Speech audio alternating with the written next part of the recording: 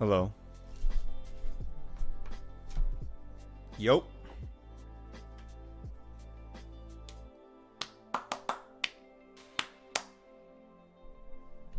What's up, everybody? NUMBS back at it again with his stupid shenanigans.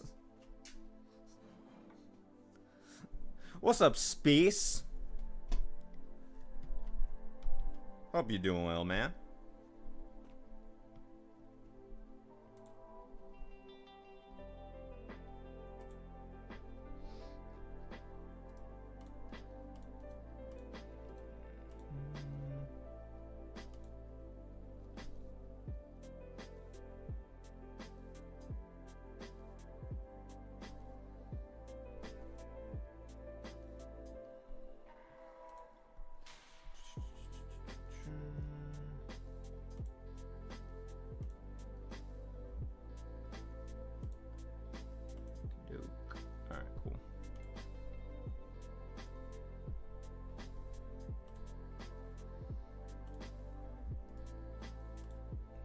Awesome. Hope everyone is having a fantastic day. If not, then I hope you get better. Oh, gosh dang it. Come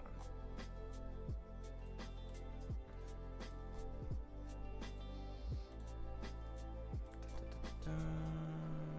And that's it. Alright, cool.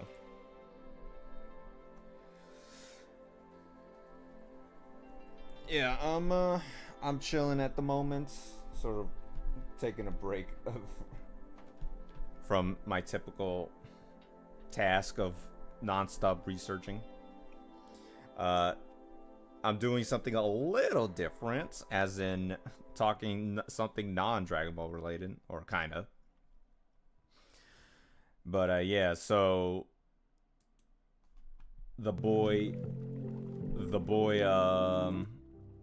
Clyde made a huge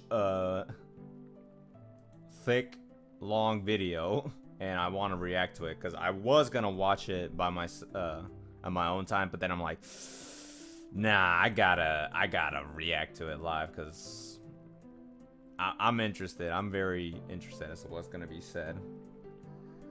I think I have an idea as to what will be said, but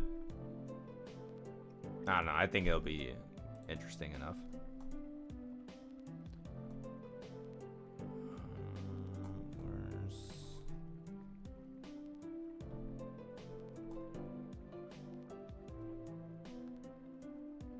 There you are. Okay. All right.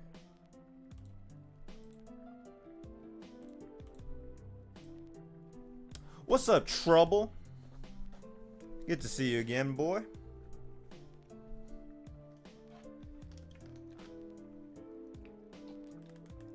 Yeah, I'm trying to,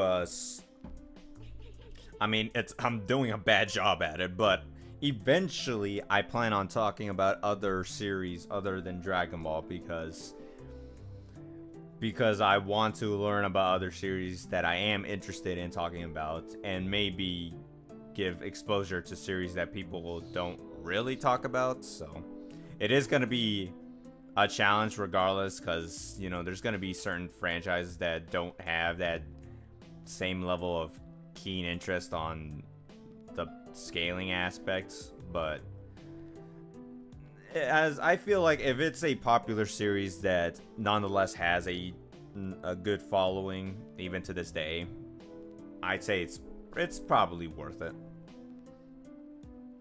And to be fair, the fact that it's probably not given that much amount of exposure will naturally not give much viewership, but as long as I establish it properly, or if I give it the proper recognition, you know, just by researching, maybe people would be as interested as any typical, like, breakdown of the story or whatever. Although there are some series I'm probably not gonna tackle myself personally, like because like for example Bleach. I like Bleach, don't get me wrong. It's just that I feel like Clyde has done a better job talking about it. Chuck has talked about it. Seth has talked about it. Six, I believe, has talked about it. There's plenty of people that's talked about the Bleach scaling, so I feel like I'm not gonna give much. I don't think I'm gonna have much to talk about. I mean, sure, maybe I can include things that people don't talk about. Like, that's probably why people like my Dragon Ball videos, is because I talk about the secondary material with the games, the novels, or whatever other adaptations, but meh. What's up, MU? Yeah, I'm just waiting for people to come in, and then I'll react to the vid. Oh, and speaking of which, thank you everybody to those who donated. I finally got one of the things I needed to get on hand. Thankfully, I was able to find a workaround for one of my projects. Not that I'm really excited about it, but it is what it is.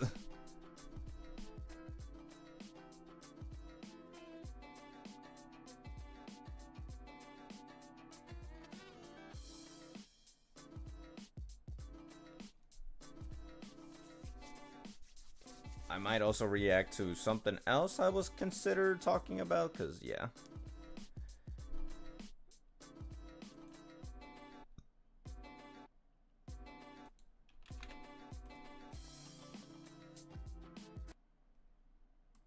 Oh, okay.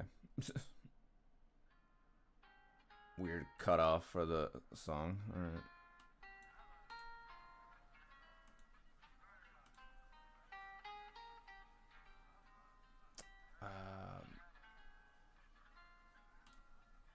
What was I gonna say?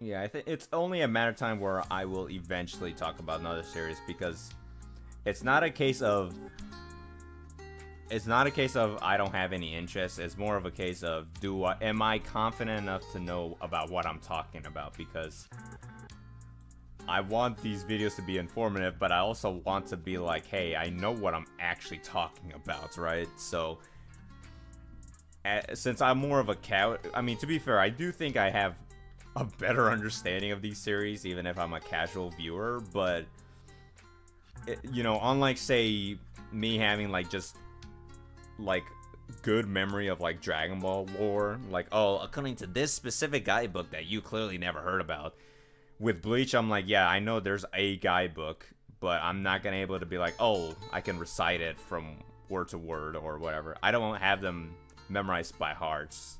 And the same can be applied to like Naruto scaling or other scalings like Jujutsu Kaisen and whatever.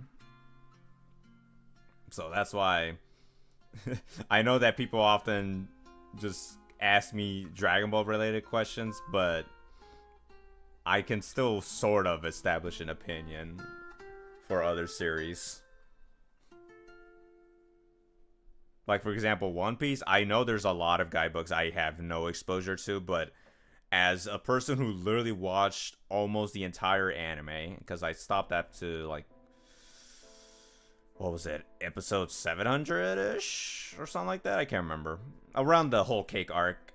I'm like, yeah, even if I don't have much exposure to the guidebooks or other material or statements from the author, I have a pretty decent ideas of what I could say about Luffy scaling. So, you know. MU, I think you doing Dragon Ball movies and game power scaling making difference clear between how they scale to the main source. That's one thing I feel like you do better than most. Yeah, because I feel like in these days, especially within the scaling community, or just within the nerd, you know, culture, I feel like people has overused the term canon too much, because I feel like it became too generalized. I feel like people get a bit too confused when they say it in a general term, because like there's a difference between me saying, oh, the MonsterVerse canon and then the Godzilla canon. It's like I'm being too broad, you know. And the same kind of applies to like any like long-running franchise. Like imagine me saying, oh well, the DC canon, and then saying, well, the Batman canon. It's like, well, I'm very specific now, so how precise am I gonna talk about when it comes to the lore relevance and stuff? Or especially like Naruto, for example, especially like with Naruto scaling, I have seen a bit of universal debates for Naruto, and one example that people want to bring up to justify that position is how it's portrayed in the Ninja Store games. Ninja Storm games, and you know, people who are more of a manga scalers or the anime viewers, they're like, well, no, that's game canon. But then it's like, well, what does the staff have to say? Does the staff view it as partially canon, or is it just 100% not even related to the brand of Naruto? You know what I mean? So it can get a bit heated as to how people try to justify certain aspects of other adaptations or products that's related to the same original story.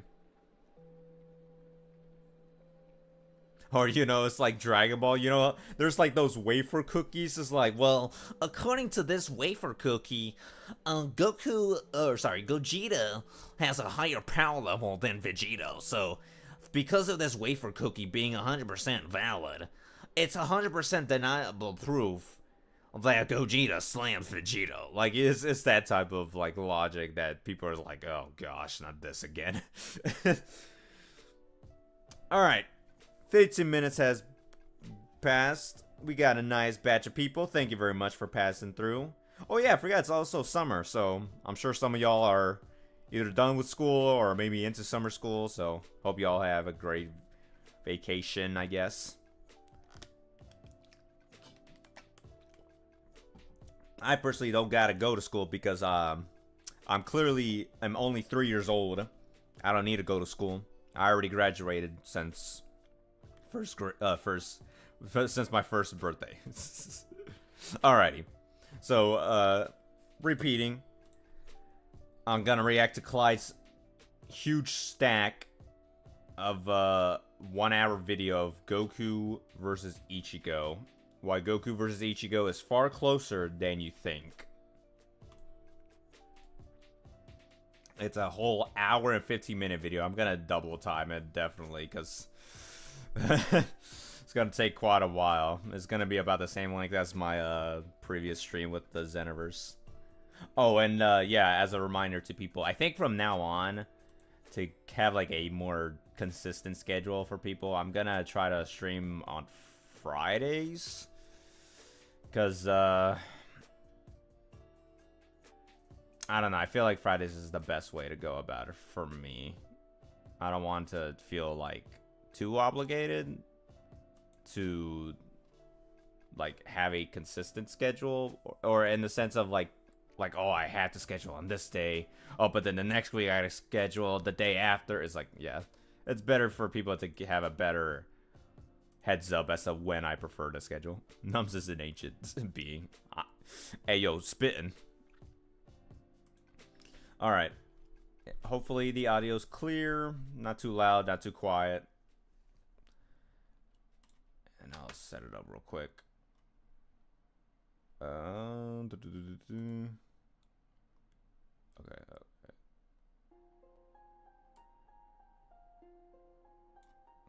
There you go. Okay, okay. Oops. No. Windows capture? There you go. Alright. I'll full screen it if it works.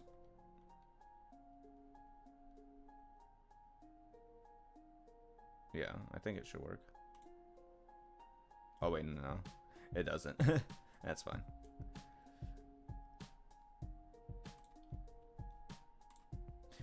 Gotta go, but have a good stream and have a nice day. Thank you, Trouble. You have a great day as well, sir.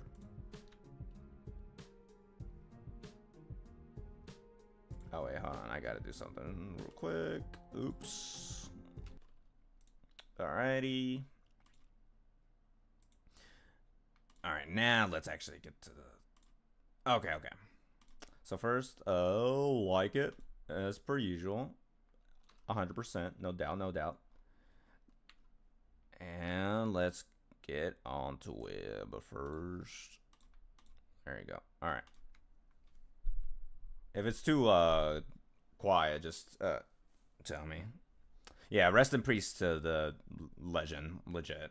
I haven't responded or like made my own community post, but that's just because nothing I say can really summarize how, you know, sad or how tragic losing a popular writer and just artist in general. So that's why I haven't made my own response to it. But yeah, it was definitely a sad day, unfortunately.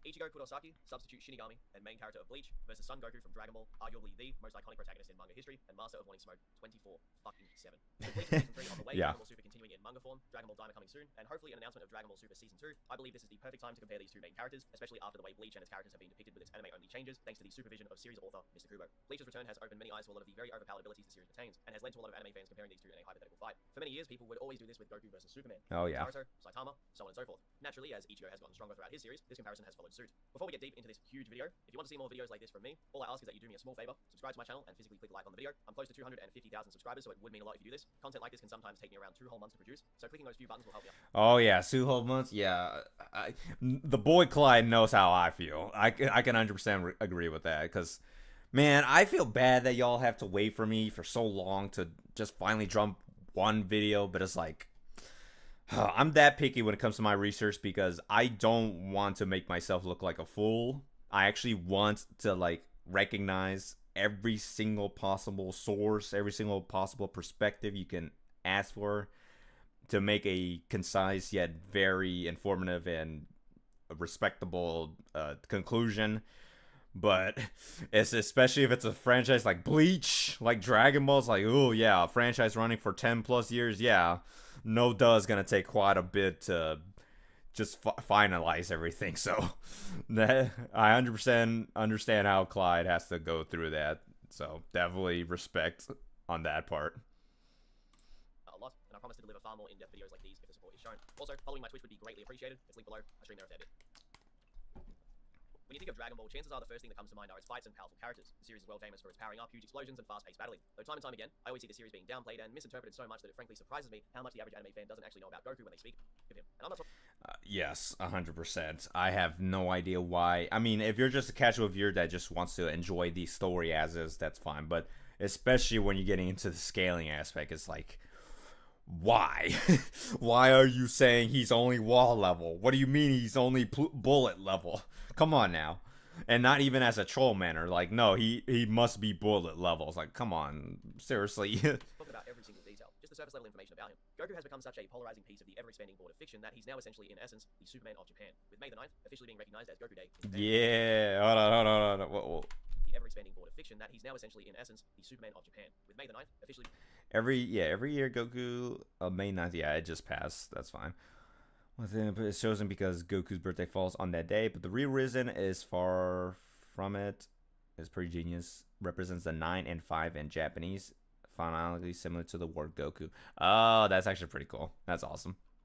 being recognized as Goku Day in Japan, and even with his massive popularity all around the world.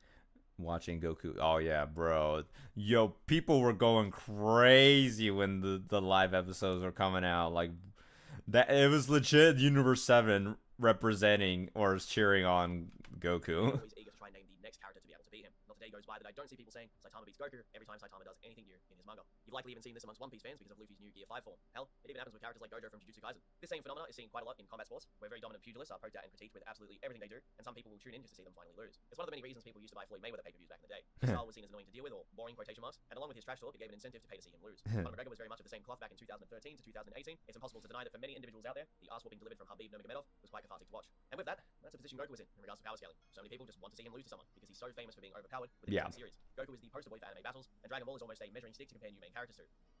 With a matchup like it's like because of how much relevance Goku has established for just or how much of an impact he's made towards the culture, and how he's able to maintain that relevance to the modern day, where there's even more exposure to anime series that people can get into. Naturally, if Goku is literally the main figurehead for Japan or just anime and shonen projects, naturally people will want to compare him and see if, oh, will Goku lose his number one position and stuff. What's up, you? Good to see you again, my boy. Yeah, we're just currently watching some Bleach versus Goku or Dragon Ball scaling, so it's gonna be fun. The first thing which comes to my mind when comparing these two series is their speed. One of the primary aesthetics of the battles in Bleach are its character designs and how they move around in combat. Oh yeah. A lot of the time incorporates techniques involving incomprehensible movement. There's a certain edginess to Bleach that's hard to verbalize, but you get what I mean if you're a fan.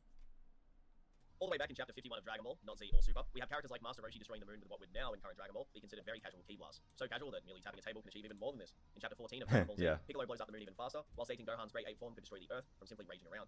And then we have characters which dodge these attacks in combat and also block them with ease. In the Saiyan saga, Raditz even makes a joke that one of these attacks only singed his leg hair. Goodness, you've managed to singe some of my leg hairs. Now, the distance between the Earth and Moon in Dragon Ball, as confirmed by author Akira Toriyama, is reflective of the distance in real life, which is 384,400 kilometers, or 238,855 miles. Yep. If you use the timing shown in how the anime depicts it, this would still hold a similar measurement of time. This is relevant because light in real life takes roughly 1.3 seconds to hit Earth from the Moon. 1.3 seconds is extremely important because characters in Dragon Ball easily become 2 times, 5 times, 10 times, 20 times, 50 times, so many times stronger and faster as the arcs and transformations progress. So if you said the ki blast took 5 to 10 seconds to hit the Moon, purely just argue against the feat, then mathematically characters will hit light speed once Kaioken is introduced into the story anyway, which is a massive lowball going off of that argumentation. Yeah. Light in Dragon Ball may also move a lot faster than it does in real life, as this was showcased when the light from the Goku versus Beerus fight spread across the universe in seconds and reached so far that it hit the Kaioshin realm. To explain why this is a big deal, since 1 light year is the equivalent of nearly 6 trillion miles, it would take roughly 22 million years to travel 600 light years on a space shuttle, and That's insane. Yeah, I've also in my videos have done reused real life measurements of like how far certain stars are or how far certain galaxies are to determine speed calcs or determine attack potency calcs, and I still don't know why people like really want to restrict anime series to like real life logic, because we always use it as like a starting point. We don't use it as a limitation, like, oh, Goku cannot be light speed. It's like, why?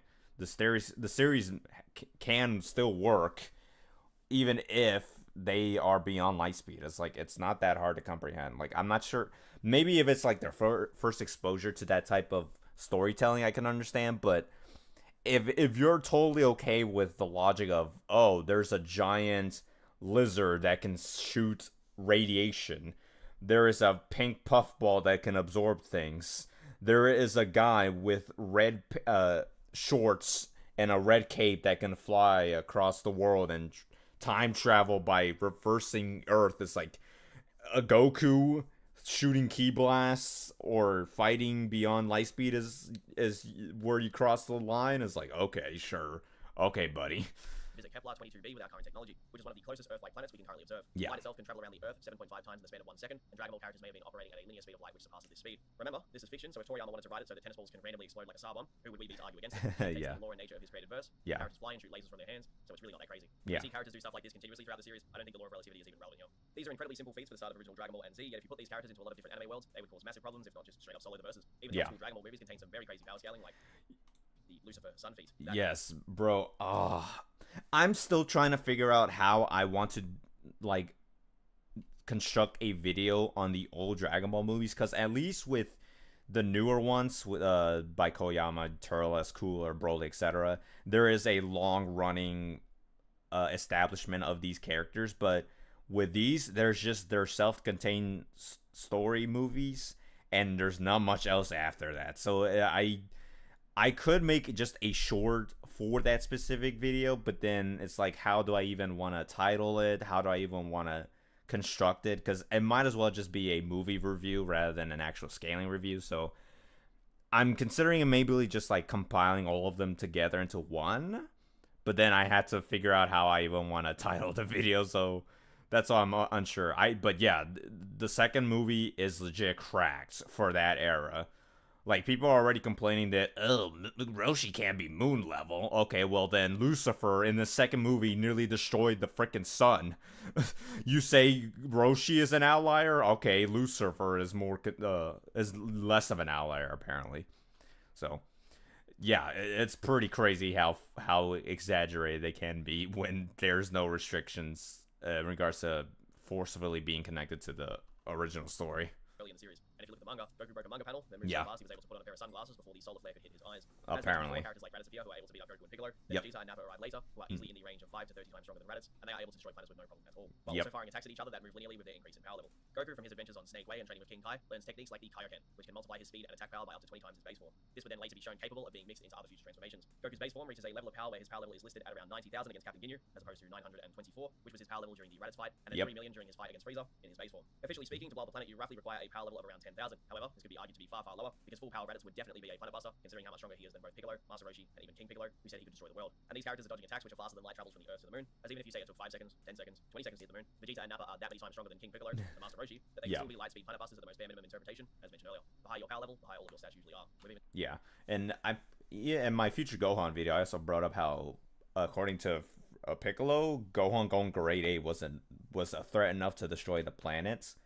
Not sure if like he meant like on a surface level or on like literally completely blow up the planet, but even though the Spanish guy does say a 10,000 is required, that could just be an upscale of how big the planets are in the universe. So specifically, the size of Earth could actually be less of a high requirement or borderline requirements to be 10K or whatever.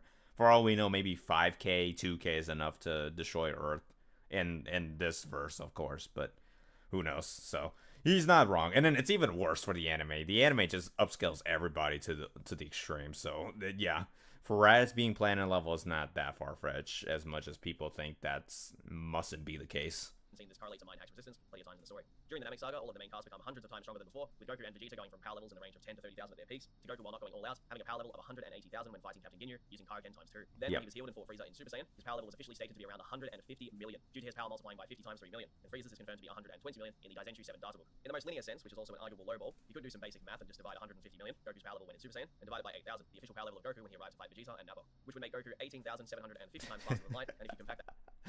Yeah, bro, remember what I keep trying to say, people, that Goku scales beyond Bulma's spaceship that can travel like literal universe distance in seconds, and yet I still downplay it to like 100 plus times faster than light.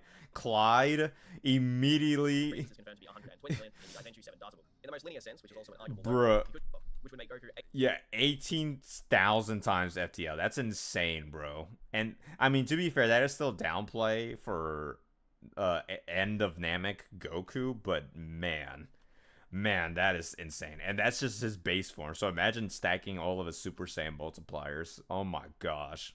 Heck no. 18,750 times faster than light, and if you compact that same mathematical equation into power output, well, Frieza is shown to be star level with ease, and King Vegeta can simply wave his hand, destroying multiple planets with no difficulty, which is still consistent with the feats presented in the Saiyan saga, if you want to claim that King Vegeta scene isn't canon, which it is. It's also stated... Yeah. Oh, wait, hold on. What were those statements? What were those statements? Hold on. I'd like to ask a question mainly pertaining to the anime. Do you watch the anime on TV? Yeah, well, I was eating dinner and such with my Oh, that's cute. I actually didn't know that. That's all adorable. What work do you do? I check the plot and script that gets sent to me. I also do some character designs and touch-ups, as well as altering the names and such. Oh, okay, yeah. Yeah, I also know that. I had put that in some of my videos as well. Koyama has said that he gets confirmation, I guess, from the editors of Toriyama at the time. So he at least gives his consent, but he doesn't really like.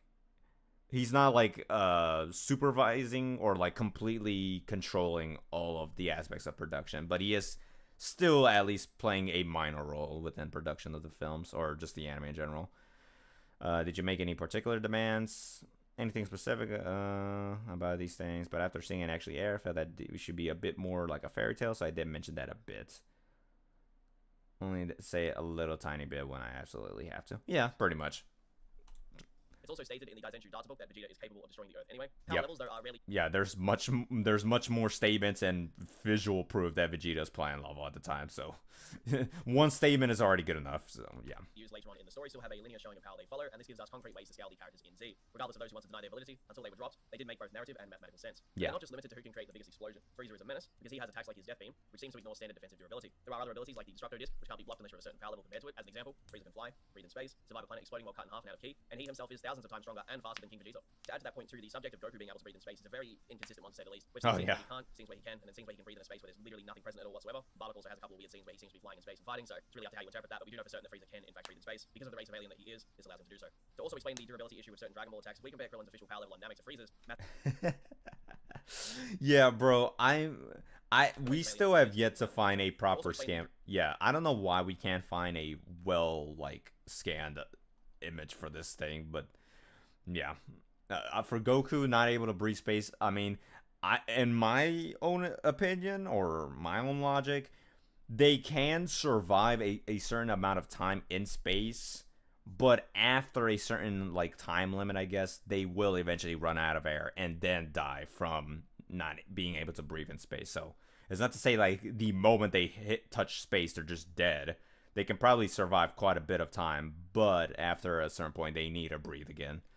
So issue with certain Dragon Ball attacks. Although yeah, the Zeno erase time moment, I think the staff just or Toriyama and Toyotaro kind of forgot that. Oops.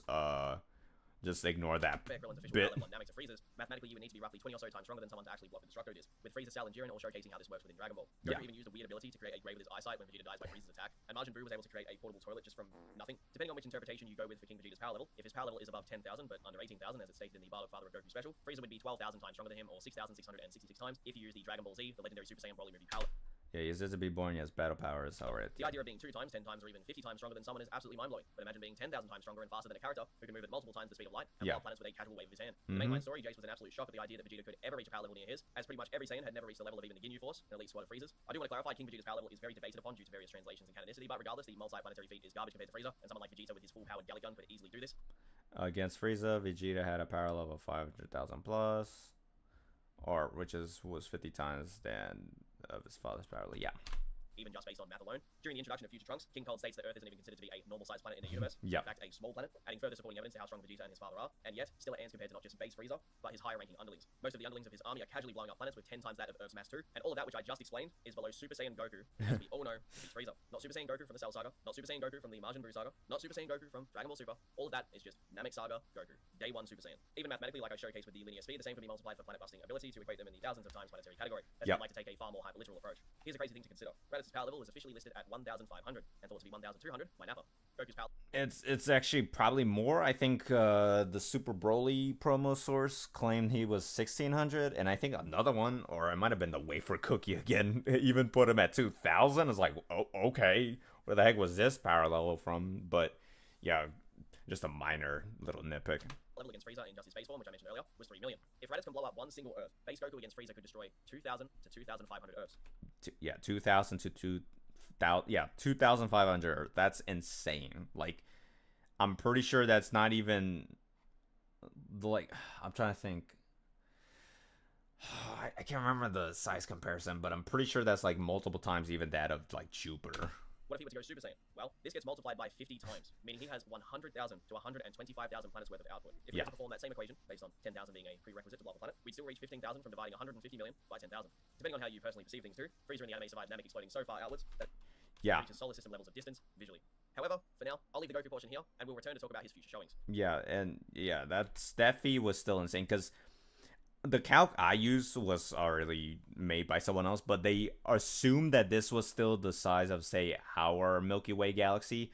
But the worst part is, if you at all interpret this galaxy being any bigger than the Milky Way, assuming it's even 2 times the size of the Milky Way, this explosion would need to also be 2 times the size just to be visually represented accurately. So, and there are many galaxies much bigger than the Milky Way, so that's why the calc is only downplayed to solar system. But if this feat was presented if it was interpreted any different on a higher end, oh my goodness, this feat would low-key kind of justify Kinkai claiming that Frieza could destroy the universe, and probably in one shot. It's so stupid, honestly. That it reaches solar system levels of distance visually. However, for now, I'll leave the Goku portion here, and we'll return to talk about his future showings.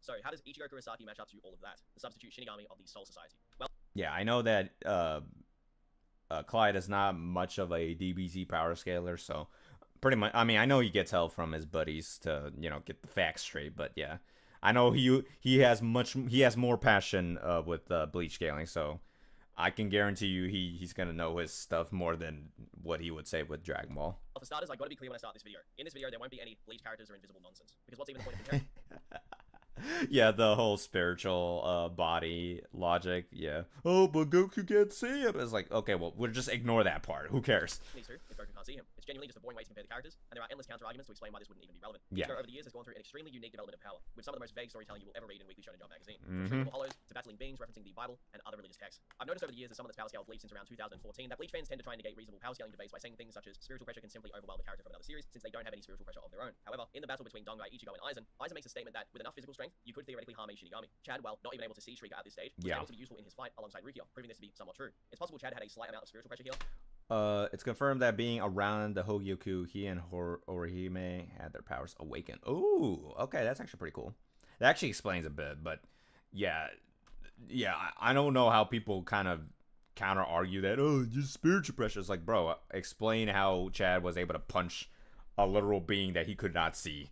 That's insane. His obvious awareness of hollows, but the power pole he swung should not have been an issue, unless what Aizen said was in fact correct. Although Aizen was technically incorrect about what Ichigo had supposedly done with his powers, his point still stands. The reason I never take the aforementioned approach when using Bleach characters in versus battles is because we can make it so that stuff like hypnosis from Bleach wouldn't work on Dragon Ball characters as they have ki, not spiritual pressure, or Reiatsu, and Aizen claims that battles in Bleach are a battle of spiritual pressure, verbatim. By doing so, it not only overcomplicates these battles, but opens the door to gooning from the other side too. For reference, Goku was able to sense malice from opponents and fight at his peak while in pitch black darkness, similar to what Kenpachi did against Tosen. His current strongest transformation is also based entirely on how amazing his instinct is in combat. Instinct so great that he can intercept opponents moving through time stop. We've also seen Dragon Ball characters interact with spiritual beings countless times, from the normal series, anime, games, to movies. The ceiling for these weird handicaps about the series just never ends, so in this battle, yes, they can see one another. I don't think there's any fun in comparing Bleach characters to other series if you take this approach. A lot of the time it comes from a position of being disingenuous, so I won't be doing that in this video. And also in fiction, or like with, I don't want to say anime only, but a lot of stories, they just allow the people to see ghosts, spirits. They it's not like the person interacting with the ghost has some special ability. No, the ghost just allows them, or just because the story needs to function, they just can interact with ghosts. But in real life, you don't see people casually interacting with ghosts like, oh yeah, we just can do that now. Like, no, it's often correlated to some special ability to actually perceive things that is literally beyond our senses. But with Dragon Ball, it's like, well, even if he had to face someone like Ichigo, he does have a lot of enhanced senses, so I feel like he would be able to nonetheless fight someone on a spiritual level regardless. Imagine that Ichigo was traveling to the Soul Society to go hang out with Renji and Rukia, then out of nowhere the cleaner happened to hit him in the ass and he got sent off flying through time and happened to land in the world of Dragon Ball. So anyway, let's explain how fast Ichigo is and a general look at his power in the same way that I just explained Goku. I will open up by saying this. Speed scaling in Bleach is far more complicated than it is in Dragon Ball. Oh, yeah. It does become impacted quite heavily if you factor in that many people tend to misrepresent feats, use ridiculous amounts of calculations in Dragon Ball. And really does become impacted quite heavily if you factor in that many people tend to misrepresent It's 500 times faster than that. use ridiculous amounts of calculation stacking, and sometimes the series itself works against the characters when it comes to arguing from the position that they're actually very fast, or even just faster than light itself is the most bare minimum position to take. For example, most of the data book statements about light type attacks in Bleach always merely refer to them as light. Yeah, literally all of them refers to them as light, which, I mean, you can say that they are light and base, but that doesn't mean it's like their limitation to that like type of speed. But never list them as light speed verbatim. One of the closest things we have to that is a French translation of a data book statement that talks of Gin and Toshiro fighting at light speed. If you take a look at the novels for Bleach, though there are some questionable power scaling statements made here or there, the novels seem to treat lightning as unimpressive, and light speed is referenced as a speed they're capable of reaching in combat normally. Hikone, as an example, moves so fast that time slowed down to the point where it seems That's when I felt as though time had stopped around them from up in the sky. Let's continue fighting. It was not just their speed that was odd, even coming from such a high point at a speed that was close to instantaneous. They hadn't so much raised a cloud of dust when they came to stand. Dang. it stopped. Along with that, instantaneous movement is a pretty commonly occurring thing within the novels too, showing that lightning shouldn't even be referenced as a major factor in Bleach discussions. As even by using the old Cell Society Guidebook scan of Ichigo versus Byakuya, this is clearly more of a hyperbolic metaphor to make Ichigo look cool in side material. I'll give you an example of how this is also applicable to real life. During Muhammad Ali's legendary career as a boxer, not only did he say himself that he was faster than the speed of light, but newspapers and books about boxing back then compared his movements to the speed of lightning in their official prints. Bruce Lee was also talked about in a similar way, with him famously being referred to as so fast that no camera could ever record his strikes, even though this was because of how old said cameras were at the time. Wielding lightning is such a basic thing for Bleach characters that there are multiple different Kido which can do this, alongside lightspeed ones that are blocked at point-blank range. No, it's possible to argue from the position that lightning in Bleach scales far faster than it would in real life. Yeah. I think most of you listening would agree with. It would be a similar situation to how Remy's imagined guns fire relative to the speed of Kenpachi himself, clearly showing that they surpass what a gun could achieve in real life. Actually, Clyde, it's clearly only Mach 1. Duh, stupid. Take the position that assumption implies this applies to their other techniques like sound, lightning, or light too, regardless of their visual depiction, unless directly shown or stated otherwise. A similar example of weird writing like this, where it's clear someone else took liberty, was the writing for the light speed disco nonsense. Yeah.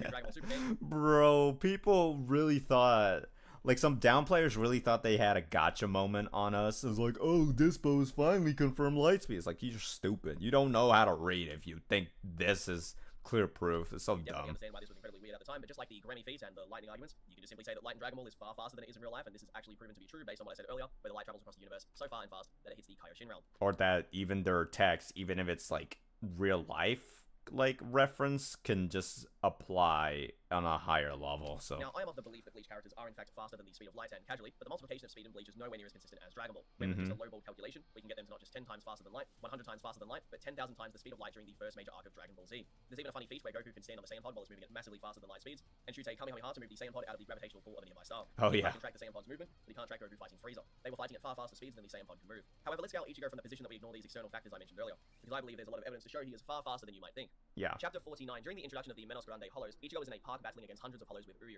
At this time, Ichigo is in his pre-rope broken form, and is what I consider to be one of the weakest iterations of him. Oh, Ichigo yeah. runs towards the Menos and blocks a Zero at point-blank range. These Menos Grande are seen to be a level of Hollow that a seated officer would need to deal with, and if you think they scale to lieutenants, then the speed of a Zero is relative to the Nagashi on light, which we see lieutenants dodge in chapter 178. This light is used to rescue Menos, and would need to be inherently fast for that. Genryu Yamamoto dismisses the idea of doing anything about said light once it saves Aizen and Co., stating they are separated from their world now. In chapter 266, when Rukia battles Ardenero, it's shown that her Kido blasts are actually relative to the same light that Ardenero dodges when it enters the room.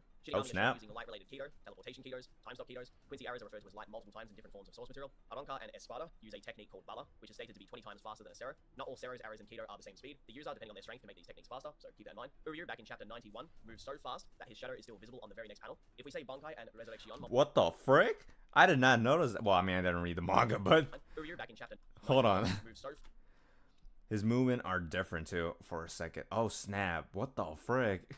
That's actually insane. fast that his shadow is still visible on the very next panel. If we say Bankai and Resurrection multiply your power by 5 to 10 times, going off what Yoruichi and Urahara explain, and Yami or Ukiyo's second form is 100 times their base forms as they go through two transformations, then we can comfortably say that Ichigo is 100 times light speed, because we know that current Ichigo would destroy Ukiyo and Yami regardless Oh, of yeah. their forms. Vaso Lore Ichigo would, Dangai Ichigo would, Mugetsu Ichigo would, Fullbring Bankai Ichigo would, True Shigai / Bankai Ichigo would, and so would the Horn of Salvation Ichigo. Ichigo, while not at full power and mentally nerfed at the time, keeps up with Ballas, which move 20 times faster than a Zero, or in this case, light. Uryu, who is far weaker than Ichigo, does the same, and Yami states he considers him quick for doing so. Menos Grande are looked at as a threat which powerful Shinigami must deal with, likely lieutenant or captain class with more of a higher interpretation. There's even a scene involving the visors killing a lot of them, being something worth using to measure their power in the manga and anime, and these same aforementioned Shinigami dodge the Nagashi on, so it's absolutely relative in speed to the Zeros vied by Hollows. Ichigo reacts to the Menos Grande in not just one of his weakest forms, but at point-blank range, as Yeah. said earlier. Ballas are then 20 times faster than this, with the speed being faster, depending on the caster of said ability. Example, Resurrection Stark's Ballas would be far faster than Yami's if they were to be fired side by side.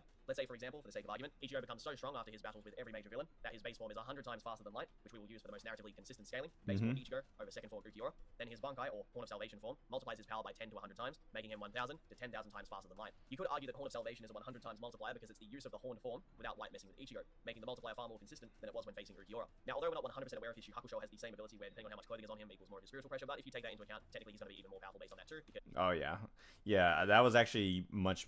I'm glad I watched all of Bleach because a lot of the scaling aspects becomes much more pretty basic and under. I don't want to say it's like simple. Like I know there's a lot of nuance to it, but surprisingly, there's a lot of things that I'm still kind of baffled how people can misrepresent Ichigo and Bleach's scaling.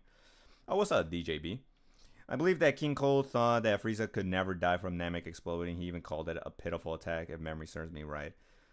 I can't remember that is the case. I know the anime extended his revival, but the manga just kind of just goes on to the next. we're not going to start the battle off with him having half of his clothing blown off. Ukiyo was able to beat Olified Ichigo in first release very easily, which was a 10 times increase. Then he multiplied that 10 with his second release. 10 times 10 equals 100, so you can definitely give Ichigo some crazy multipliers in these forms, depending on how you personally interpret the math. The reason I lean towards 10 for Ichigo is because of how he got so much stronger and had faced a mastered Bankai user in the past, along with attaining a mastered holification, a buff in power which according to Kaname Tosin is like having something as good as Bankai, another Bankai master.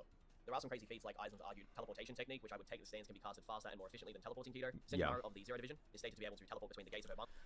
It's secondly even more impressive than how I described it. Designs info for the anime. Kubo drew anime storyboard dress for the Bankai. Textile has its overall design. Touches two fabrics the same color at the same time. Instantaneous movement can occur. Oh, dang. Yeah, I mean, to be fair, those moments was pretty raw, in my opinion.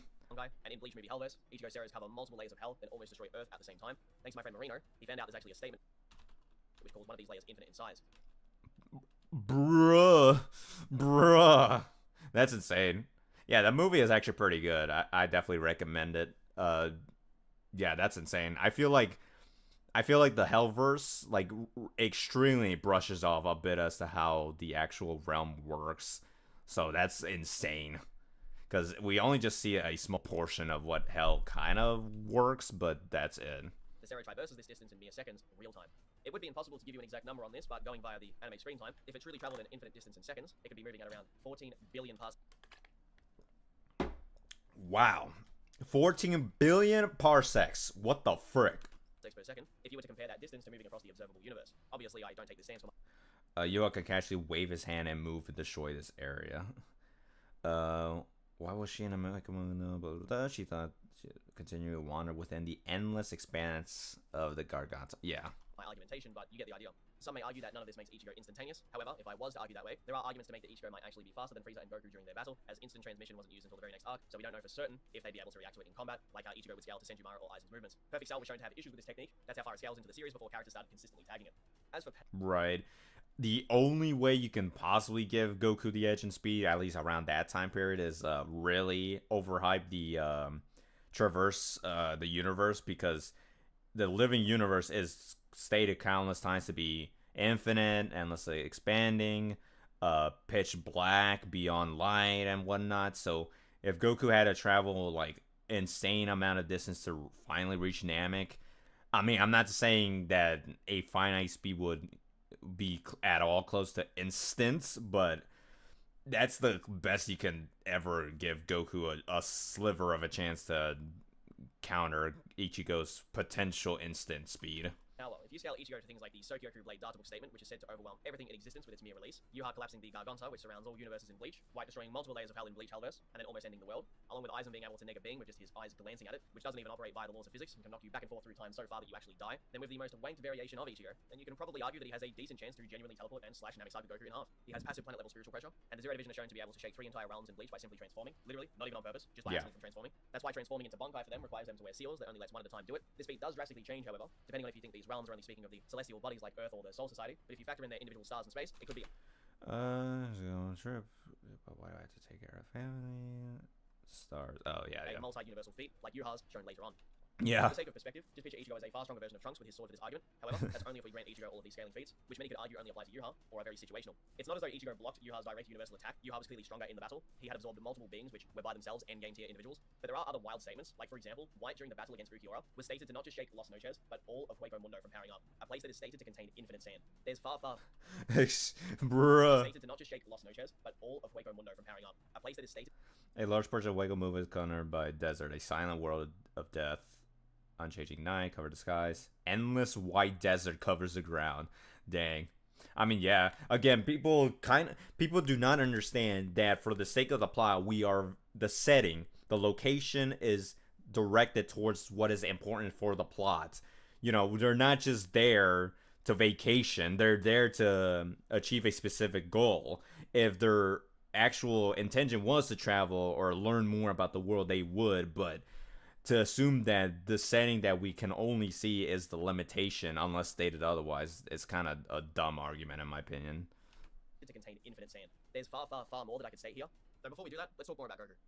Now, if I was to grant this same level of charity to Goku, you could say many things like, well, Frieza in his second form has on-screen anime statements which say he has the power to destroy the universe. Cell said he had the power to destroy the solar system with a simple Kamehameha, and Cell is listed as a threat to the universe. Yep. Battle power infinity. The birth of the god of destruction. Bro, low-key Cell was a god of destruction. Yeah, I've also used these statements before in my own videos. In case people... Because I think my issue was, like, which episodes? Like, where was these episodes stating these things? And then I actually cited the episodes in case people think that we're just bringing them up out of nowhere or that they're fates or whatever. Similar to Frieza, with the same kind of anime statements. By later scaling in the series, Goku can most definitely compete, if not just straight up surpass some of the Ichigo feats mentioned prior. Planetary feats have been possible since the Saiyan saga, and maybe before that if you want to wait the earlier series. Cell threatened to destroy the solar system, Kid Buu and Broly were clearing out galaxies, Bruhan was screaming away the universe, Beerus and Goku almost destroyed the universe from just simply clashing fists, and Goku versus Jiren led to them shaking the world of Void, and Goku summoned a, what seems to be galaxy from powering up. Those are... Well, that's kinda, And Goku versus Jiren led to them shaking the world of Void. Hold on. Goku summoned a, what seems to be galaxy from powering... Yeah, okay, that's that's probably more of a visual rather than an actual like galaxy representation, because like don't get me wrong, the tournament stage is huge, but it's not that huge. Like, what the frick? I mean, I know that with their speed they can probably traverse these distances really quick, but that's I don't know. That's kind of a bit of a headcanon assumption in my opinion, but sure. If there was a statement that, like a guidebook statement that legit said he created a literal galaxy-sized aura, then maybe, but that's more just for visual flair than anything else. Yep, those are just to name a few. In Dragon Ball Z Fusion Reborn, Goku screamed so loud while transforming into Super Saiyan 3 that he shook heaven and hell. Gogeta... Hold on. Wait, let me hear that in 1x speed. In Dragon Ball Z Fusion Reborn, Goku screamed so loud while transforming into Super Saiyan 3 that he shook heaven and hell. Gogeta... Okay, I thought he mispronounced Gogeta's name. He shook heaven and hell. I mean, we know he did for sure shook hell. He shook Grand Kai's planets, but we don't know if it actually affected heaven. So, but to be fair, it was of a higher plane of reality, so I guess that could be the case. Appears in that same movie is then compared to the literal embodiment of a Big Bang. yeah. I don't know how I missed this when I did my Janemba video, but yeah, what was it? There were two of them, I think. It was like the anime library guide for Fusion Reborn. They legit said that the key that Gogeta... I think this is what should have been... What if Clyde had an example for the galaxy visual for MUI Goku, then it would have made sense. But Gogeta was legit stated that his shaking, the little visual of like lighting up hell, was equivalent to that of a Big Bang. Now maybe the only counter argument to debunk is like maybe visually is like a Big Bang, but it did imply that it was the actual energy output to that of a Big Bang. So more evidence of Gogeta being a freaking universal buster. Bang. Here's another wild Goku feat. Oh, yeah. Goku and Pikkon fly so far and fast, they fly from the Grand Kai's planet to Hell in minutes on screen. Basically, imagine someone flying across the universe in mere moments, but arguably far further. Yeah. That's some Silver Surfer, Superman, Thor-type insane, unquantifiable, faster-than-light type speeds. Yeah. Mecha has a wild guidebook statement that talks about Cooler being able to perceive Goku's instant transmission. He literally intercepts him in a space which transcends time itself. Yeah, I don't know why people think that this is like an outlier or this does not count. Like, we know how the instant transmission works. We know what the teleportation zone is. So what is the inconsistency? Like, the only inconsistency is like, oh, it's in a movie verse. But we can literally just prove that the movie canon is not the same applicable canon or scaling to the anime. So because nobody in the official story or even in the anime version, we have seen anybody like catch or grab someone during instant transmission. So there's no really contradiction or issue regarding that argumentation. Similar feat is later shown by Goku and Jiren when they fight the Assassin Hit in his time stop ability, which would naturally be far, far faster, as this isn't just a singular point of instantaneous stopping. This is multiple seconds of time being paused. The reason I bring that up is because this could allow Goku to surpass Ichigo's charitably given instantaneous speed, or the higher interpretation of White Zero. Let's also say we grant Ichigo some universal tier attack power from scaling to Yuha. Although, yeah, I will say, hold on, to maybe he'll bring that up, but he didn't really justify which version of Goku. I thought it was just going to be raw anime version Goku, but if it's just a composite, like, movie, anime, manga, guidebooks and stuff, then, oh man, Ichigo's going to be given a hard time. But I guess to give some credit to Ichigo, if we are allowing his high-end interpretation, then Goku needing at all his movie scaling and stuff, or even his super scaling to reach those high-end scalings might be an impressive side or points for Ichigo. But again, that's kind of The higher interpretation of the Zero Division. If this is the most honest interpretation of the characters, Ichigo could genuinely get blitzed and would explode from one of Goku's punches. Instant speed isn't like, he's double his speed, 50 times faster. Nah, we're talking thousands upon thousands of times faster than Ichigo, and with a very casual ki blast, could destroy the planet they're fighting on. And as far as we're concerned, Ichigo can't breathe in space. He can open the Senkaimon to leave, and we don't know if White even needs to breathe in combat. However, it's still going to be a pain to deal with the planet just randomly exploding in combat. If things like Remy's Amped Meteor were shocking, imagine how characters in Bleach would react to Goku just farting out a ki blast and annihilating their entire planet. Sure, Ichigo's inner world, things do work differently with the breathing factor, but that's only because it's a dream state-like environment. It would be ultra headcanon to assume that he can somehow breathe in space because he can somehow breathe underwater in his inner world. Kenpachi blatantly couldn't breathe in space, and this would be a potential issue. When Goku explains how he escaped planet Namek, the anime version showcases the explosion expanding so far that it can be calculated to be multi-solar system levels of output. Look at how terrified everyone was at the meteor coming down from the Soul Society from Remy. Remy thought it was an impressive showing of power, or Yamamoto melting the Soul Society passively. As mentioned earlier, depending on how you personally... Yeah, and again, Clyde did bring up the whole gun thing as like, well, maybe the meteor just had a higher output. Like, if you, and you know what? I'm gonna support Bleach right here.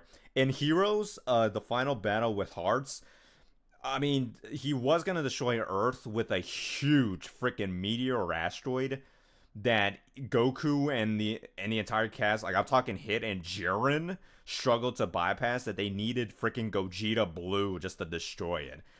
Now, granted, they were concerned about the safety of the planet itself, but it's funny how people do try to argue Goku's not even planet level, and it's like, well, Hearts is not making that job easier for us if a weird planet is enough, or a weird asteroid bigger than Earth is for some reason their like minimum output. But we can just say that, well, I guess this meteor is very special. It's coated with his ki or something. I don't know, but yeah, so yeah, I don't know. I'm just saying, hero scaling is whack when it hyped up, but there are those moments where like, huh? Why are they struggling this much? So maybe that meteor at the end of the final arc is kind of more insane than we presume it to be.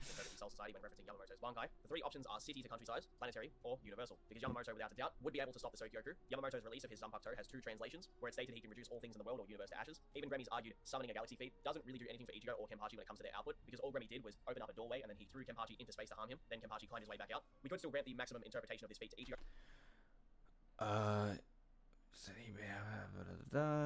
Present, 7,000 years.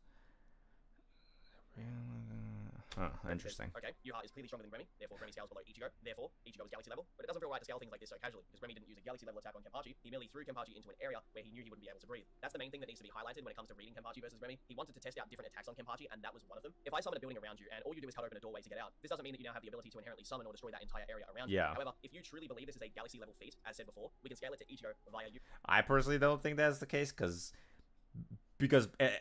this would pretty much be an example of a BFR. BFR, for those who don't know, is battlefield removal, so hence BFR. So just because I teleport you to another world, that does not mean I literally created the other world. I just teleport you to a different location, right? So just because he was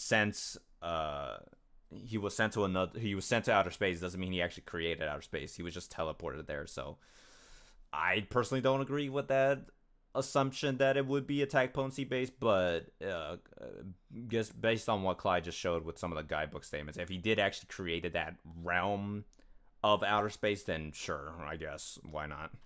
Yuha's scaling chain to him. Depending on the validity of translation, the Mugen, which is a place for the worst of criminals to be kept in, an underground prison, it is stated to be infinite in size multiple times. This is very important here, because Kenpachi and Unohana fought there. The narrative was trying to imply that their battle would be so high level that an infinite space to fight inside of would be perfect for them.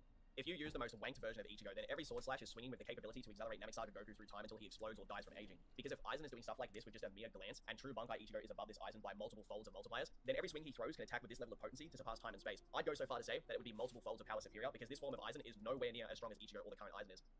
During the battle between Dangai, Ichigo, and Aizen describes Ichigo as a higher dimensional being when viewing his Ryugetsu form, and Ichigo slaps away what Mr. Kubo implies through the dialogue to be a pseudo-black hole. Obviously, these feats are far more complicated than how I've just described them on a surface level. However, I'm going with the higher interpretations for the sake of the argument. We're being charitable with the two characters here, and you can pick and choose what you think sounds the most consistent or just makes the most sense. Right. The general interpretation of the dimensional tiering statement is that there are three ways to interpret this dialogue on the manga page. One, Aizen was making an analogy based purely on power. Countless times in the series, you'll hear stuff like this character's transcended this guy's in a whole different dimension of power. We've heard that plenty of times in multiple different animes, comics, TV shows, movies, etc. Yeah, I don't...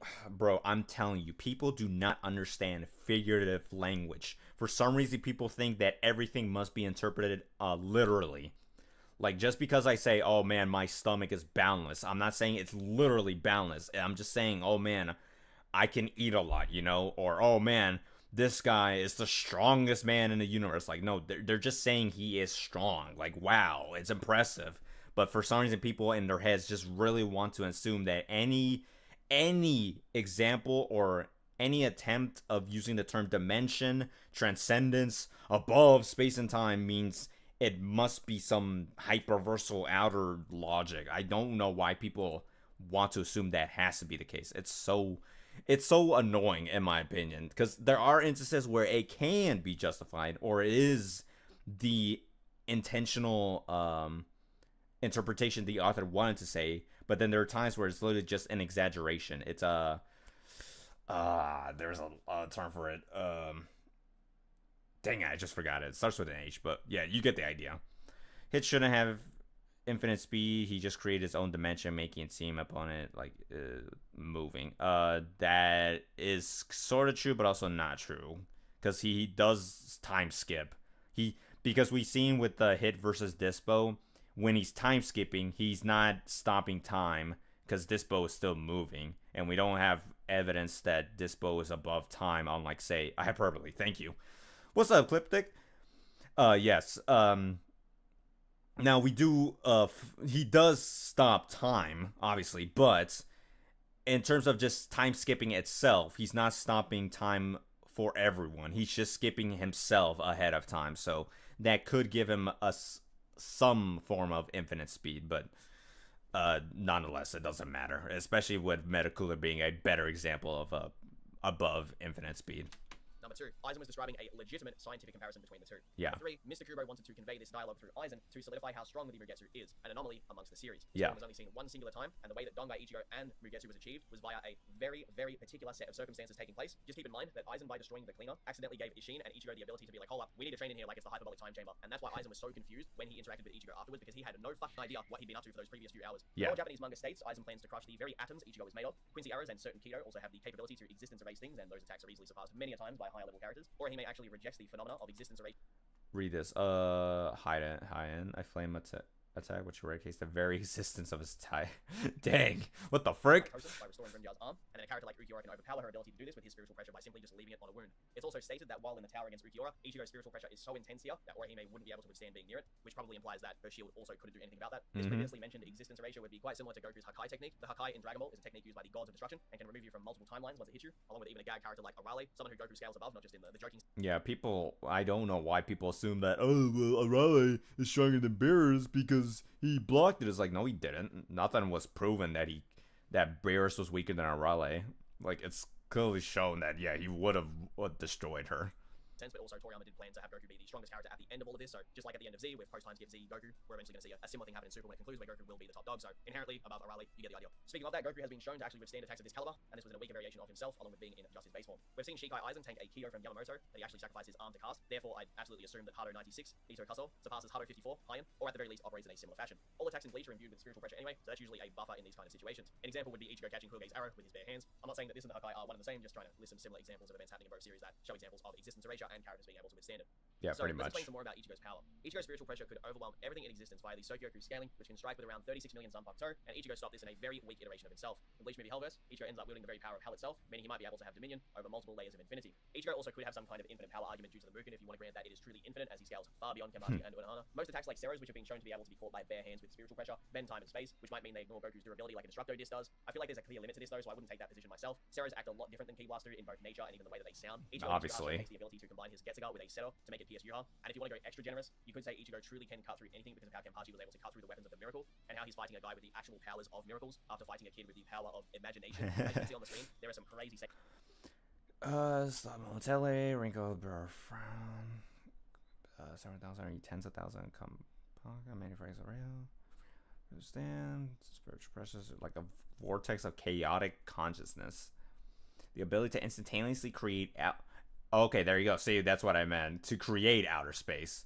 With the previous owner of the brain long gone, that thing which had turned into a husk without life, what was the last piece of the equation they had? Yeah, there you go. Create. Like, if he actually did create the outer space dimension, then sure, 100% proof.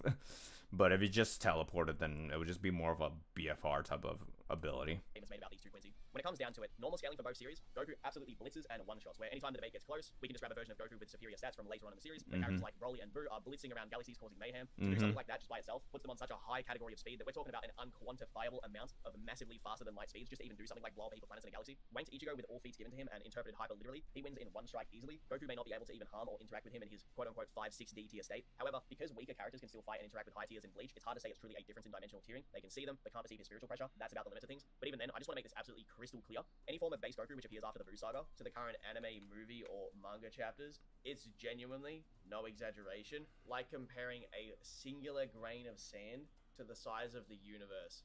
That's how much stronger Goku is than his Namek saga self, or how he performs in the Cell saga and Buu saga. Pretty much. For Bleach fans unaware, in Dragon Ball, there are special earrings known as the Potara earrings. These are used by Goku and Vegeta to fuse into a being known as Vegito. Hypothetical Super Saiyan 1 Vegito was easily above Buhan collapsing the universe, and Vegito was teasing and baiting Buhan into going ballistic. If you pay attention to the fight, not exactly taking it very seriously. Super Saiyan 2 Vegito and Super Saiyan 3 Vegito would then naturally scale roughly 2 to 8 times above this. The multipliers are quite different depending on translation and guidebooks used, but they're around that level of power.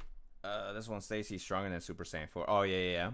Yeah, people try to still argue that it's a Vegito versus GT Super Saiyan 4 Goku, but based on the actual context of the scan, it's just referring to Goku's growth over the years in terms of transformations. And I'm pretty sure, I think it's this guy, or it was another guy that implied Vegito's more of a transformation than an actual person for Goku, so hence why there was that weird comparison. If you're a fan of Naruto, imagine Buu's causing a universal-sized Kamui. He then places this power into himself, and Vegeta claps him. This feat by itself could be interpreted as 4D and low multiversal. Prior to this, Super Buu swings so intensely that it allowed him to escape the hyperbolic time chamber. This is an area where time inside is far different than on the outside. Years can go by inside while only a few days go past outside. Goku stated a hypothetically stronger Vegito, Super Saiyan 3 included in the reference, wouldn't be able to stop Beerus. They didn't even attempt the fusion. Beerus right now in the manga is still considered a top-tier character and a benchmark for the main cast to aim for. In the Dragon Ball Super Battle of Gods anime and manga, they're stated universal with mere clashes of fists. The narrator even implies alongside what's going on, and Goku then, without realizing, absorbs that level of power into himself during the battle with Beerus. Considering Buhan was a threat to the universe, and Vegito can easily reach 10 times this power, this makes current Goku and Beerus absolutely ridiculous, especially if you factor in how large the Dragon Ball universe is actually stated to be. Oh yeah, see, bro, he's literally doing my work for me. It's like, how many times do people need to be like, oh, it's not canon? Like, bro, it's consistent. 1, 2, 3, 4, 5, 6, 7, 8.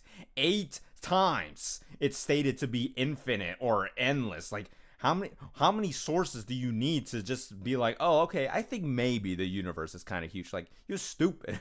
You're stupid. You don't know what you're talking about at that point, bro. It's so annoying that people think that, oh, the guidebooks are inconsistent. Oh, they're outdated. It's like, shut up. You don't know what you're talking about, bro. It's annoying when people keep trying to argue from that type of logic. They were already above this Vegito at the start of Dragon Ball Super, and now they've gone through multiple arcs of training, transformations, and general power. In the Tournament of Power, they warp and affect the Infinite World of Void. In earlier moments, Kid Buu and Broly travel across galaxies at quintillion times FTL speeds. In the Dragon Ball Z movie, Fusion Reborn, I said this a little bit earlier, Goku shakes hell and heaven into Super Saiyan 3. This isn't even including what Gogeta does later, and it can be felt all the way to the Grand Kai's planet. The Mecha Cooler feat from before would easily place his speed far above any form of teleportation in Bleach shown thus far. This could also be interpreted as a immeasurable speed feat. Goku even knows that he can track and recognize instantaneous speed, meaning his brain perceives infinite speed. This happens in the manga. Granola can also react to instant transmission and tag it. Kid Buu was showcased doing a similar. And I'm not sure if he's gonna say it in the rest of the video, but I didn't realize this. I wasn't paying attention because I have mixed opinions with the Granola arc. But there was the time when Goku was fighting Gas, and they were, instant transmissioning, Goku literally was within the teleportation zone, and like he kind of grabbed him. So maybe the manga did show an instance of like infinite speed. I think I'm not entirely sure if that was the case, but I had to reread the chapter specifically. But yeah, it's pretty insane what they were doing at that time period. Now, granted, it was super scaling, so it's not shocking to begin with, but yeah, there are going to be a few things I might have to bring up, but I want to see if Clyde himself will bring it up or not. I think much earlier than the Super manga, where he essentially blew up a planet before they could completely teleport to the Kai's planet. Dragon Ball Super has a similar feat where Goku can temporarily exist in an area that has literally nothing present, no time or space. How is he even breathing? I don't fucking know. Ichigo also uses a similar place with Senna. Yeah. Bleach, Members of Nobody, which the author considers canon. See the first movie for more info. Yeah. You went out of your way for those things. For sorry. Oh yeah, I've entered Kyogoku once before. Yeah, that's awesome. Manga. Also the best Bleach movie. There's even other feats shown in the Super. It was the best Bleach movie, honestly. I think second place would be Hellverse, and then the other two, what was it? I can barely remember the specific details, but yeah, honestly, yeah, the first movie was pretty nice. Super manga of other characters surpassing the speed of instant transmission a few different times. Yeah. The manga is a bit weird as to how it's presented, but yeah, you can just say that Goku did in fact speed blitz even with hits in time skip ability. So it's become a bit of a consistency to be moving that fast in the series. And again, even those speed feats which I'm mentioning are genuinely nothing compared to what Goku could do in Mastered Ultra Instinct or what Gohan does in the current manga. Yeah. Dragon Ball's macrocosm is stated to potentially have higher dimensions that reside within it, and depending on who you ask, certain people accept it and certain people don't. Just like how only certain Yes, like me. I'm not one of those that accept it as outerversal. Maybe like 5D or whatever, sure, but beyond that type of range, that's where I'm like, I don't know, settle down, chief, It becomes a bit weird.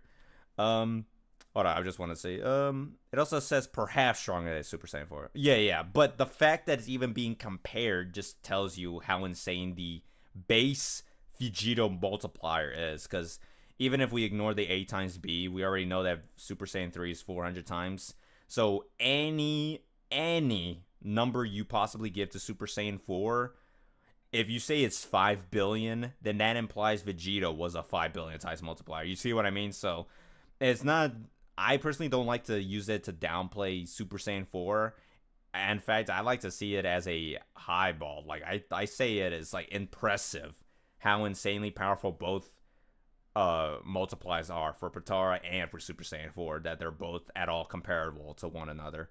So, yeah. people accept the higher dimensional scaling arguments for Bleach. The main point of mentioning these things isn't because I necessarily agree with them, but just to lay out the possibilities of things that could be used in argumentation. Yeah, Silver Surfer. Yeah, again, people are like, oh well, does it correlate to travel speed or the combat speed? Yes, he's literally traveling across how many distances across space in seconds. Yes, it is correlating to their combat speed. It's not just a travel thing only. Ichigo does have some very interesting theories about his true Bankai, which may assist him in this battle, but I'm trying to be as narratively consistent with both series as possible. We don't actually know what the true Bankai's ability is yet. We just know that Yuha did not want to fuck with it. If the fellow who has the power to change infinite future possibilities with just a wave of his hand and collapse the whole universe multiple times over, if he's scared of it, it's got to be insanely fucking overpowered. Ichigo also being considered a candidate to replace. According to the novel, the Road Guard, also known as Zero Division, had plans to sacrifice Ichigo and turn him to the new Soul King once Yuha killed the former. Oh yeah, I remember that. The Soul King, along with Shunsui saying he wouldn't be able to exist in the world of the living anymore after the training in the Soul Palace, or he will naturally harm the world, is extremely powerful. The idea that Ichigo could replace the Soul King or fit a role that puts him in the same level of power.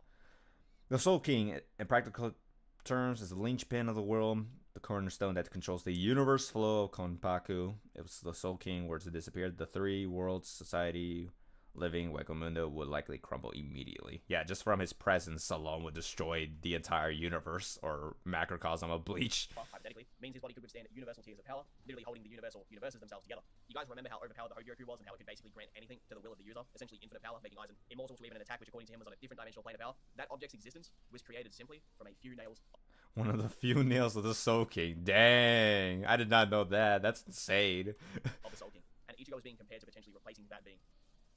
That's insane. When it comes to their martial arts prowess, Ichigo's best feats are in his swordsmanship, being able to best Shinigami that have over 3,000 years of experience, with even Retsu Unohana being stated to know 8,000 styles. 8,000 styles. Dang, I did not know that either. All styles and all flows in existence. After the training Ichigo participates in against Urahara and Yoruichi, along with the multiple battles in the Soul Society arc, he finds himself easily surpassing them and learning techniques mid-battle. It also helps that he's not only born from a royal bloodline, the Shiba clan, but his mother is a purebred Quincy, and he has a prototype Black Hollow merged into his Shinigami powers. Keep that in mind, by the way, Bleach fans. White isn't actually the same as all the other Hollows. That's why Ishin is so shocked when he sees it. As for hand-to-hand combat, in a similar fashion, not only was Goku competing with the greatest martial artist on all of Earth as just a teenager, but right now is besting combatants that have lived for millions of years with fighting styles that are completely alien to him. Literally. Ichigo's best physical martial arts feats are beating Shinigami who are trained in their Hakata fighting style and competing with Tatsuki, a state-level karate fighter in Japan. Beyond this, there isn't actually much more to say due to a lack of feats being present. Him beating up random street thugs holds no relevance to who he's up against in this video. Goku clearly has the edge anytime a sword is not involved. Now that Goku also has his Ultra Instinct and Susanoo avatar form, it makes the martial arts aspect even more hard to argue Ichigo has a chance in that department. Goku whipping out a solar flare mid-combat, after images, muffle bar sealing, and countless other techniques from original Dragon Ball would also further complicate the prospect of them fighting hand-to-hand. There is a cool fun fact though, in chapter 424 of Bleach, Did you bring Tekken? The next one? I need...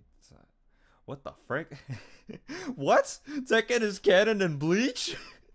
Oh no! Oh no! Oh gosh. Alright, well, to help out Dragon Ball, alright, well, bet. Dr. Slump is canon to Dragon Ball, and Dr. Slump canonizes Godzilla and Sonic the Hedgehog. And therefore, anything that happens in Godzilla or Sonic is canon to Dragon Ball. And Dragon Ball, i.e. Goku, scales above all of them. So therefore, more proof that it's above whatever the heck Bleach is getting from the Tekken crossover wank.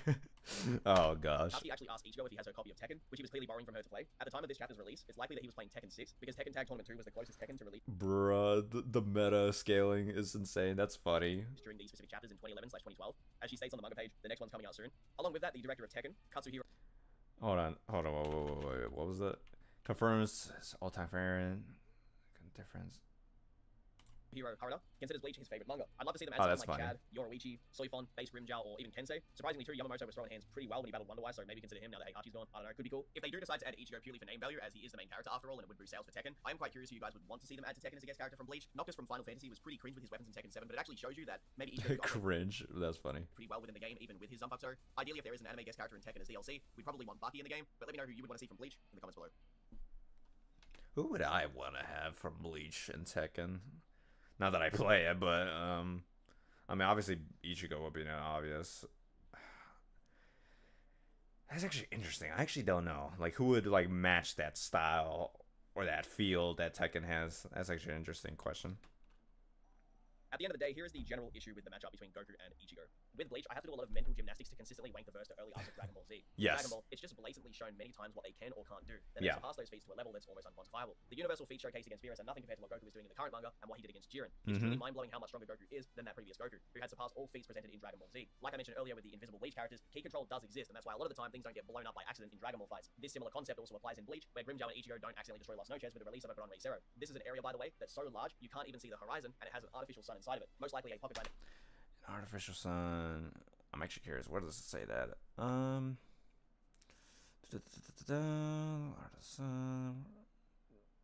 Oh, a fake sun cannot illuminate this darkness. Oh, the blue sky created by Aizen stretched above them has darkness. I only need a peaceful darkness. Oh, that's insane.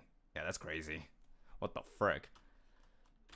Created by Aizen to replicate a normal sky, due to it always being nighttime in Hueco Mundo. The anime on more than one occasion shows that this area is so fucking large that it not only stretches on as far as the eye can see without any curvature, but it has clouds floating in the sky. There's a lot of times where characters do recognize the potential disaster certain attacks could have in Dragon Ball, but they purposely control them to not do said thing. And by the way, I must address that the anime and some other selected material, for the most part, coincide with the canonicity of Dragon Ball altogether. Both Akira Toriyama and Toei Animation have stated. Yeah. I thank you. Bro, how is it that Clyde, who's not even a freaking Dragon Ball scaler, also acknowledges that there is a different dimension, bro? Why? Please tell me why is it so hard for people to recognize there is a multiverse in Dragon Ball? It's so annoying to me, man. To treat them as one and the same a few different times over the years. Even without all that extra content, it still really makes no difference to the outcome of the battle anyway. But it's necessary to clarify this for those who may have an issue with me using it. The same. Yeah, I mean, to be fair, he is like kind of compositing these versions of Goku, but even so, it's like, whatever. For the most part, coincide with the canonicity of Dragon Ball altogether. Both Akira Toriyama and Toei Animation. Yeah, he said the canonicity of Dragon Ball altogether. So yeah, he was specific with his wording. So yeah, I 100% agree. Like, yes, if we're talking about just the all-world canon of the franchise, yes, the movies do matter. You know, the games do matter, etc., etc. If he was like specific as to which version of Goku, then I would be like critical of it. But he is acknowledging his own logic in here. So yes, he's not being inconsistent with what is being stated by Toriyama or the rest of the franchise in general. To treat them as one and the same a few different times over the years, even without all that extra content, it still really makes no difference to the outcome of the battle anyway. But it's necessary to clarify this for those who may have an issue with me using it. The same can apply to Bleach, therefore Ichigo would lose many feats, like how he could potentially wield the entire power of hell, or scale to the Quinn, which can influence time, space, the dimension it is within. Each and every phenomena of reality can be manipulated by this divine item. Whoever controls it possesses the power of a god within its domain. The power to create and destroy is only the beginning of its power. However, with all that being said, the current anime adaptation of And also, I guess he's not gonna say it, but even if we do allow that hell power logic, it's like, well, Goku did defeat Janemba, who was the literal concept of evil itself, and then apparently in Super 17, he was using the power of hell. He became one with hell or some stupid wording statement like that. So GT Goku literally defeated a being who was powered by hell itself. So even with that high-end interpretation for Ichigo, it just kind of goes back to Goku anyways. Bleach, 1000-Year Blood War, which is being supervised by the author, keeps referencing the previous anime in endless flashbacks, so its canon appears to now supersede the manga's authority, especially because there are moments taking place in this current anime that don't actually take place in the manga. We've even seen storyboards shown off, which Mr. Kubo drew specifically for the anime staff. During the production of this video, I did originally intend to have a section dedicated to their regeneration capabilities because Ichigo has been shown to heal arms within split seconds, heal from death, and has things like his Blute Vein for defense, a Quincy technique. However, I will be honest, I don't believe this would be relevant at all to the battle because there won't be a scenario where either of them will get the chance to heal. Of course, you could do that for the sake of storytelling and write like a narrative-based fight here, which would just be fun to watch or read. But realistically, the Blute Vein is just going to add like some armor to Ichigo as if he's playing GTA, so Goku has been shown to heal in Super Saiyan God and even fix a destroyed heart during combat. Though because of how they could kill each other with singular blows, if you go with the higher interpretations, I don't see a scenario where it's worth even making an argument for this. It's incredibly situational and more so based on how this would be perceived, once again, through like a narrative-related fight where there's an animation or a manga written about this. I'll put it to you like this: if Goku uses his strongest form and attack, or Ichigo activates an even stronger, more purified Mugetsu than the one against Aizen, chances are their goal is to end the battle in one strike. So again, adding to what I said earlier. That being said, before I conclude this video and give you the answer as to who I think wins this, please kindly sit through today's sponsor.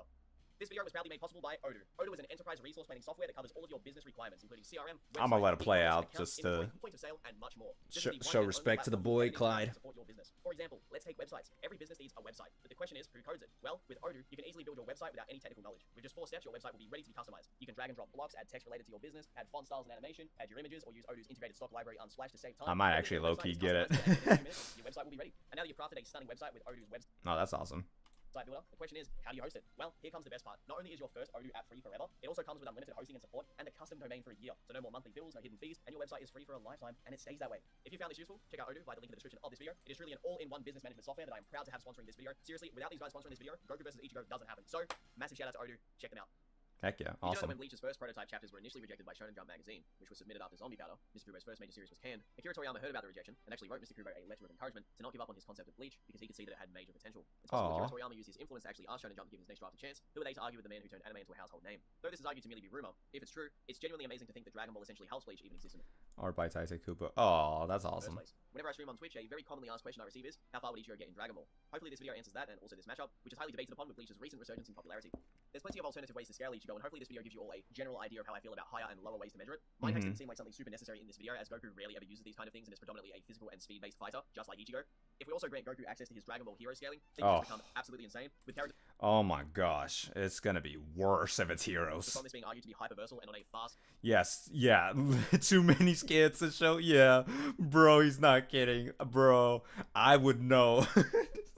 I would know the struggle related to heroes. Oh heck no, bro. If it's already unfair to talk about regular canon Goku, bringing up heroes is just not fair. It's just a showboat at that point.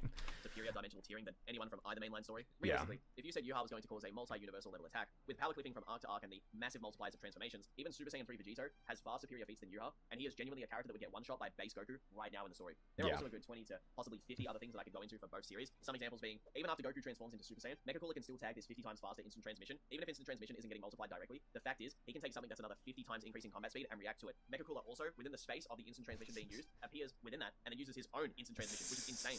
When it comes to Bleach, I can Yeah. talk about stuff like some of the crazy Lost Noches destroying multipliers with transformations. For me personally, there does become a stage where it steps so far out of the realm of author intent that it's a bit ridiculous, so I didn't want to include, say, a hypothetical, well, I ran the math on the data, and I got Lost Noches multipliers based on Ukyo transformations and all the other Yeah. data to be 10,300 times Lost Noches in diameter when it comes to their ability to destroy shit passively. I just think, like, once you get to that level of, you know, stacking all the math, it becomes a little ridiculous, so I wanted to lean more towards the more, you know, country, continental, planetary, galaxy, universal, etc., because stuff like that is a lot more in your face in terms of evidence, and we don't really need to speculate over the math, so you get the idea. If you want to take that approach, you're welcome to. It's just something that I'm not going to be doing for a video like this, because why would I talk about a country-sized area or larger job when I could just discuss the fact that the high tiers in Bleach are doing some pretty crazy shit, like waving their hands and almost destroying universes. So not super relevant for the video, but for those of you who are curious, there you go. I mean, hey, if you want to take the ball and run down the field, who knows? Maybe Lost No Chairs is absolutely fucking ridiculous in size. It's got its own sun inside of it. It's clearly a pocket dimension inside, hence why it's so big on the inside. But you can visually see it on the outside in terms of how big it is and know how large it is from eye view. As mentioned earlier in the video. Yeah, and I feel like that's also something I also struggle with my own videos, is that I try to establish certain thresholds as to how far a character grows over time, but people don't understand that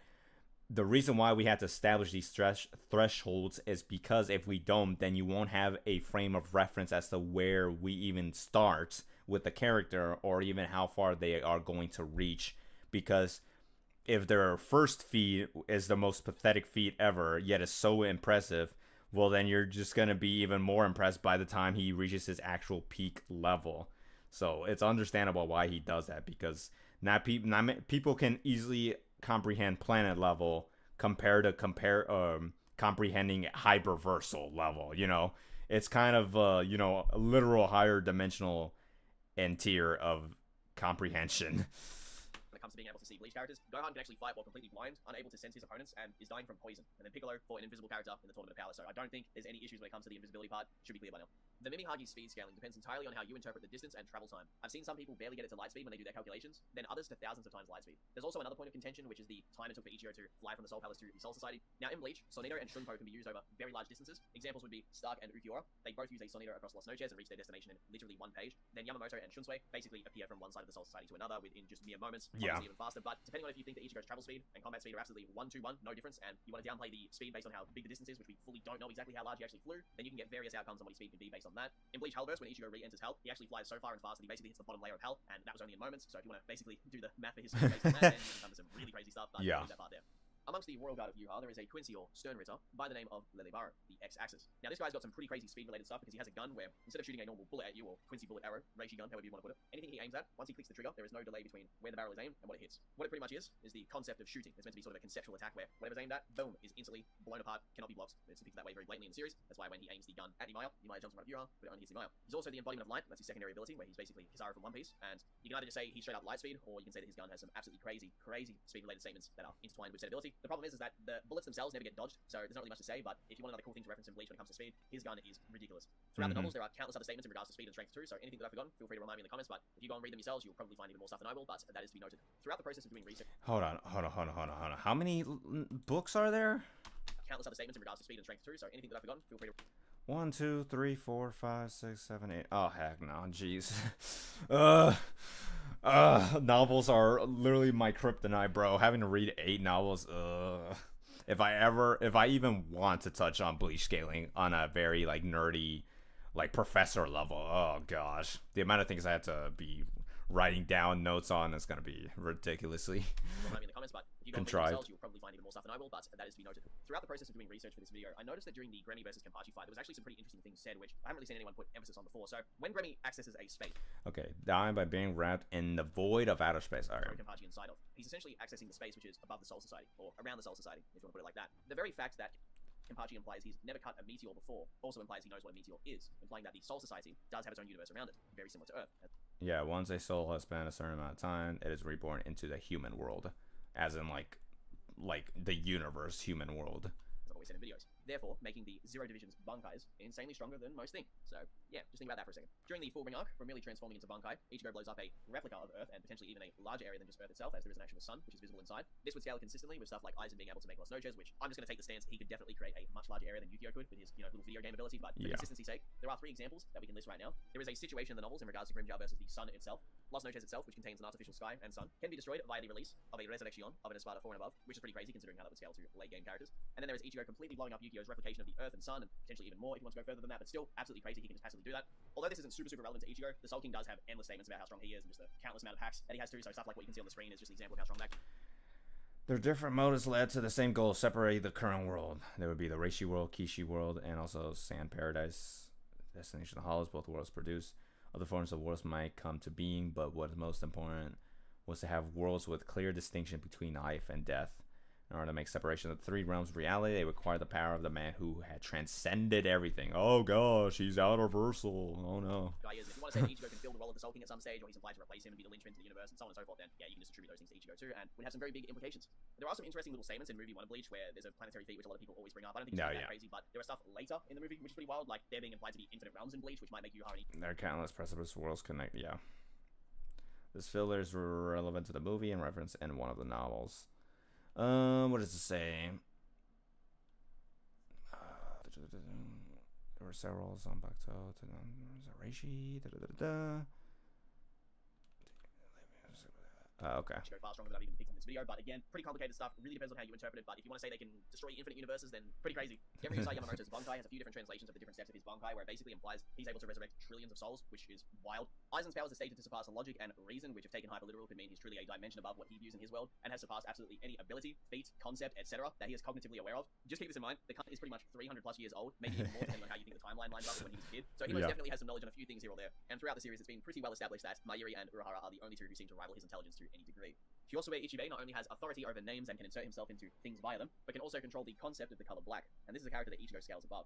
According to Yuha's incredibly cryptic language, he implies that Ichigo has pretty much surpassed all infinite potential futures, which he can pick and choose from at any time that he wants. Yuha's abilities are so overpowered that he can look into the future, pick a grain of sand of any of these infinite realities, and go with the best one and just change it at his whim. But Ichigo was still, in his eyes, able to surpass this, along with Aizen, who had hypnosis so strong that he was able to passively affect all of those infinite realities too. The multiplier of the Mugetsu form, which Ichigo should be able to use right now because nothing in the series implies that he can't do so, it's just that if he was to use it, he's going to lose his Shinigami powers again, but the multiplier would most likely lean to be in the thousands because Aizen's brain can't even comprehend its existence. He was making statements like that about just Dongai Ichigo. He couldn't sense the ceiling of his power throughout the whole battle, even after he transformed. The only reason that he landed any blows on Dongai Ichigo is because he allowed it to happen. Ichigo was not in the best mindset at all. You can just see it on his expression. He was pissed the fuck off. And that being I don't know, like, bro, again, I'm not much of a like heavy debater of Bleach scaling, but I'm just, when I saw the anime of that fight, I'm like, bruh, what do you mean he's weak? What do you mean Ichigo was not that like trying at all? What do you mean Aizen was fodder in that fight? Bro, that was hype. I have no idea how some people try to downplay those moments, because there is like no way to, I feel like there's no way you can speculate in any way, shape, or form based on what was being presented on screen. He said, Mugetsu appears, Aizen freaks out. He can't even imagine that something like this even exists, so I'm sure it leans more towards the thousands, if not more, as opposed to hundreds, because the Resurrection multipliers are already argued to be in that 10 through 100 range anyway, so the Mugetsu itself could be this thing that he whips out in the battle against Goku and he just becomes exponentially stronger, way beyond comprehension, but it's all just, you know, up to skepticism at that stage. Now, I wasn't sure if this was super necessary to mention throughout the video, but it's possible that Ichigo knows Pesquisa, which is a sensory ability to react to attacks. If he does, it'll make him a little bit snappier throughout the bout, but it seems to be the case that he probably doesn't know that. That's more of an Espada, Hadouken type technique. It's very possible that White knows how to do it, but again, it's not really going to make much of a difference, so I didn't think it was really worth mentioning, along with stuff like his other sensory abilities, like being able to sense Ukura instantly across Las Noches, or detect these spirit ribbons across Karakura Town, etc., etc. It's sort of similar to stuff that Goku can do anyway, so I don't really think it's that crazy, but yeah, if you want to get into Ichigo, you can. When it comes back to Goku, everything that he's done throughout every single main arc, every major series, these things can be multiplied by hundreds to thousands of times, if not hundreds of thousands. So many times higher than most. More like a billions to quadrillions of times, so let's not kid ourselves around, honestly. To accurately work out with proper math, but he is genuinely so much stronger right now in the series compared to even his end of Buu saga self that it's just crazy to think about. An interesting counter-argument to the time acceleration position could be made with the Dragon Ball special, where Bardock, after being hit by Frieza's supernova attack, survives that attack and is sent so far back through time that he runs into Frieza's relative, Shield. Dragon Ball, episode of Bardock. Characters in Dragon that's more speculation based, but I can sort of see where it's coming from, but we literally don't know how the heck Bardock time traveled. In fact, I think that's kind of debunked because it was actually implied. I'm pretty sure it was Xenoverse 2 that it was implied when that happened. Towa or Chronoa was the one that sent him through a portal that put him back in time, and then met up with Mira, and it's a bunch of stupid stuff, but I can sort of see what he was trying to get at, but he was trying to, I guess, give a bit of an edge to Dragon Ball, but even I would be like, nah, that's probably not the case. Now traveling across massive distances far more commonly throughout the series, with Whis doing it, Gas doing it, Icon doing it, Frieza doing it, etc. Then with current Goku having a base form that scales to some of these feats, and about 7 different transformations with massive multipliers that affect both his speed and strength. Yeah. Goku's linear travel speed and combat speed easily has the potential to be regarded as infinite speed by many, based solely on the fact of how consistently this stuff is happening throughout the series. Interestingly, Ichigo in the Soul Society arc, depending on translation, cuts a few 100 million blades, which were sent at him by Byakuya. Byakuya claims that he can also increase the speed of these attacks by using the palms of his hands. Most calculations that people have actually done on this feat usually get them to be light speed or relative to light speed, and that's usually while using a low base speed for the calculation of, say, hypersonic or lightning, etc.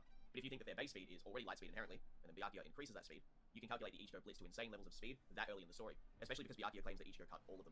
In regards to canon content used throughout the video, feel free to disregard certain things. I just wanted to show the most exaggerated versions of both characters to showcase how wild both characters are. Wait. You can calculate the Ichigo Blitz to insane levels of speed that early in the story, especially because Byakuya claims that Ichigo cut all of them. In regards to canon content, Please tell us which of the movies is your favorite. The Hellverse. The Hellverse, yeah. Of course, I watched it before the anime broadcast. I got the tape and seen it. Oh, okay. used throughout the video, feel free to disregard. Current depression. Oh, okay. Certain things. I just wanted to show the most exaggerated versions of both characters to showcase how wild both characters are portrayed in their respective series. I'm not taking the stance that anything is necessarily definitive. I just want to make sure that everybody sees some of the cool things about. Oh, yeah. That's a thing people, again, still do not understand when they watch our videos. It's like, we are not trying to say anything that is objective. We're just simply presenting what we do know for a character and then give us the best interpretation we can give based on the accuracy and consistency of a story. And then we kind of just say, here's the overall conclusion that we can tell for now. Because that's why in my videos, like, I'm literally summarizing like 30 years of material into a 20-minute video. Obviously, there's going to be more material after the fact, but I think it's cool that I'm able to summarize things after how many years of material into a short amount of time, and then just give us a new, updated, informed topic of what these characters can do. So I think Clyde able to do that in an hour-long video on 2 characters, no less, is more impressive than what other people have done. I believe a point that should be considered when really thinking about how fast these characters are in their later iterations is that Goku is so many times faster than a lot of other anime characters that their brains could not process his movements before he backhands their heads off. It's not something that's a small number either, because in some cases he has genuinely become millions to straight up infinitely faster than said characters. This also applies to Ichigo too, because in Ichigo's case, imagine the feat against Byakuya, which was very early in the story, but then imagine him walking up to a My Hero Academia character, fast from the war form or adult form, within a simple flick of his wrist, he could slash them billions of times before they realize it has even happened. And this is the level of speed that Bleach characters are passively fighting at in all of the fights, without us even realizing from mere depictions on paper or how they're animated. It's actually quite intimidating to consider that if a Bleach character was in front of you, especially a captain, they could likely just move their hand and you would get turned into mincemeat. And the final note, which I'll leave at the end of the video for stuff that I didn't want to leave out, Goku would have gag character scaling, if you want to use that in the matchup, as he does scale above Arale, which is a gag character from one of Akira Toriyama's older series. But we will leave the extra notes there. Feel free to add your own in the comments below. The winner of this battle, you may ask, consistent Dragon Ball Super Goku, or Fate Manipulation Bankai, multiversal, instantaneous, 1 million multiplier M time stop, 60 each access to all moves, buffs, and higher interpretations of power. What can I say? People love to see main characters battle it out. This has been an incredibly fun video to make. Feel free to share your thoughts below, especially if I missed anything, as I said earlier. I do respect your opinions. I will read them when they're left below, and I'm sure even with a video this long, I've missed some things here and there. My main goal when it comes to making a video like this is just to do my best, so I hope that I at the very least entertain you all. With the passing of Akira Toriyama, it lit a flame under me to continue the production of this video, which I started scripting in June of 2023. Dang. The reason that I'm even here. June of 2023. Dang, I thought I was struggling with my scripting process. Bro was working on it since last year. Oh my gosh. Nah, that's dedication right there. Talking into this microphone, and it formed the entirety of my childhood and teenage years. I'll never forget waking up in the early hours of the morning before school to watch TCV here in Australia, so I could watch Pokemon, Digimon, Sailor Moon, Yu-Gi-Oh, and of course, Dragon Ball Z. I, just like many out there, had the early 2000s essentially shaped all thanks to Dragon Ball Z, and I'm incredibly thankful to the works that Akira Toriyama put out there, and thanks to him, my other favorite works exist because of his influence and inspiration. Regardless of who you personally think wins, they are both strong as fuck. The winner is Goku. There you go. Awesome. Mr. T.T. Kubo. It would be strange to write a diary without mentioning this, so I'll just talk about something serious. Personally, I don't feel any loneliness or pain. I'm not saying there aren't any at all, but there aren't as many as I thought. It's the death of someone I've read since I was a child, someone who works in the same magazine as me, and someone I'm deeply influenced by. So it feels different than when I deal with death in general. But that's why I feel like it doesn't exist. I never really talked about this to anyone, but I've always believed that creating things means expanding your sensibilities and expanding your life. This is because I believe that as long as the work exists, the author is not dead. And I believe that being able to properly get used to this feeling is proof of the magnitude of the work's existence that remains in my heart. That's all. For the next post, I will continue with my usual enthusiasm. Oh, that's awesome. That's definitely respectable right there. That's awesome. That's definitely a lovely send-off for the overall video. That's actually pretty awesome. Oh, and also another reason why I wanted to react to this video was because of the fact that Clyde sometimes removes his videos. He kind of like privates them or unlists them, so it's like, well, unless he tells me otherwise, like, hey, please take down the live stream, that's perfectly fine. But I definitely will say that in case someone wants to watch it, albeit with 2x speed, then there you go. Yeah, my live stream to rely on. But that's awesome. I'll put back the music on.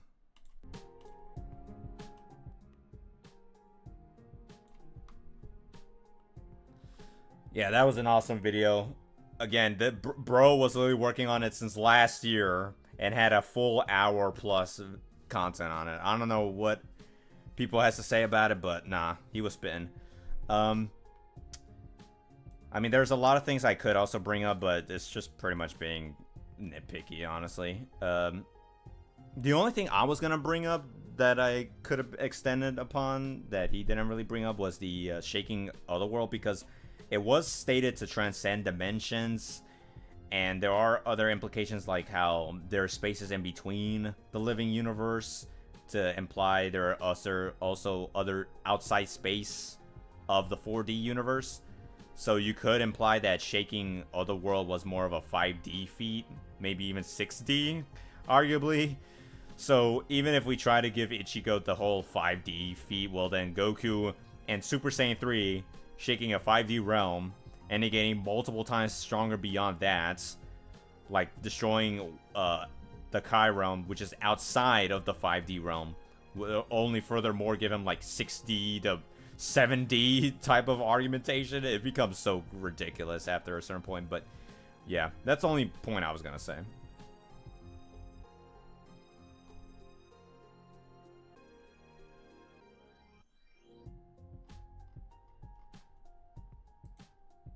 I'm gonna leave a comment as well.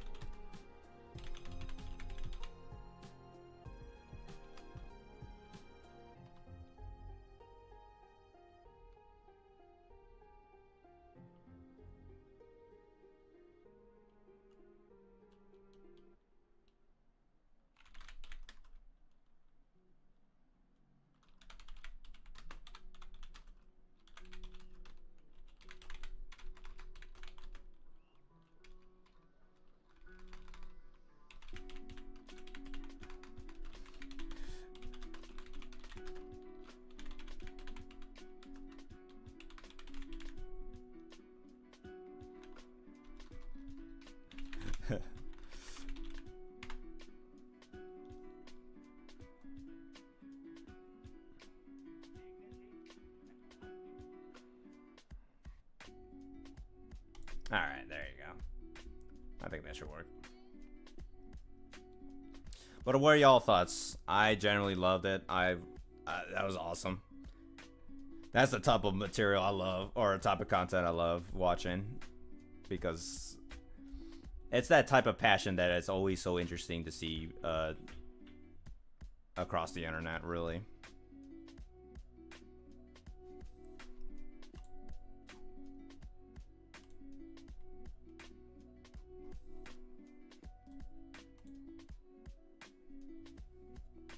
Hold on.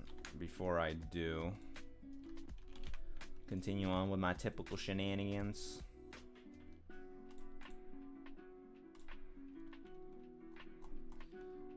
I'm gonna post the video just so y'all can watch it. There you go. Link to it. Definitely like it. Give the support to the boy Clyde. He deserves it. DJB, assuming that Goku only has higher dimensional attack potency and Ultra Instinct, wouldn't that also translate to his base form due to his multiplier being finite? Yes.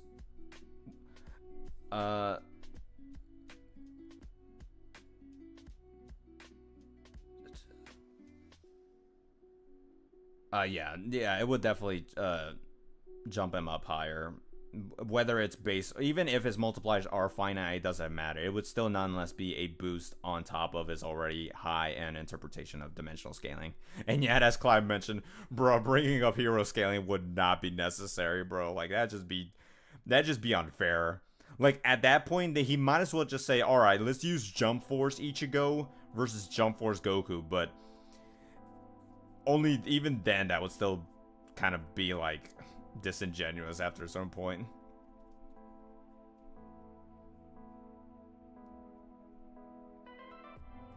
Yeah, because if people say, again, I'm trying to like take in after all that was said.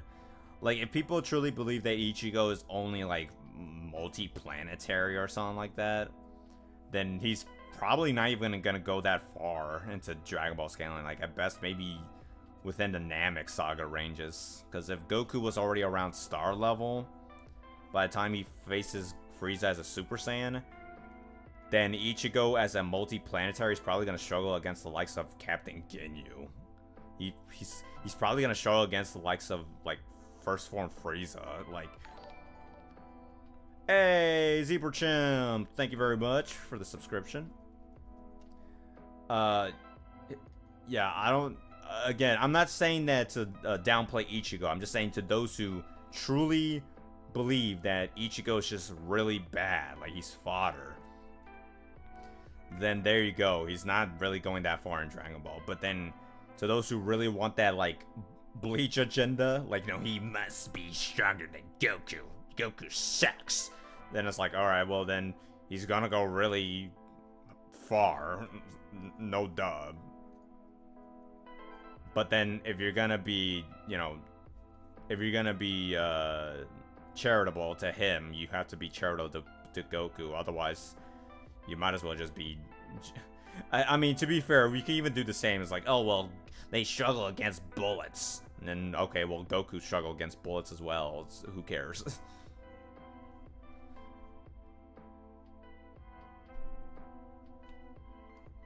Yeah, it's so weird, but yeah. Although, yeah, if we're talking, sorry, Clyde was talking about like a composite anime plus manga plus movie Goku. That would just already be even more ridiculous, because that means Goku has the Akai, he can instant transmission, he has the Dragon Fist, he can use Ultra Instinct, but of an insane level, the Susanoo. He can, oh my gosh, like his amount of arsenal is ridiculous at that point.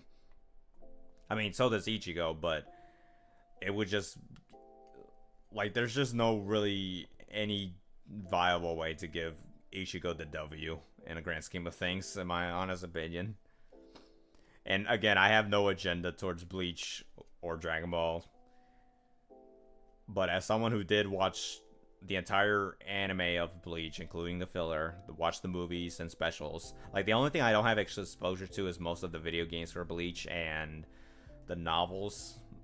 It's only thanks to Clyde I have some awareness of the guidebooks, but yeah, I still don't really see, like, you literally have to high-end the heck out of every statement of transcendence, dimensions, conceptual manipulation and stuff to really give him the edge. But Goku also has that edge as well. He's beating up Toon Force characters that are breaking logic, beating up conceptual deities of justice, evil, hell, and stuff. It's like, no. I don't know.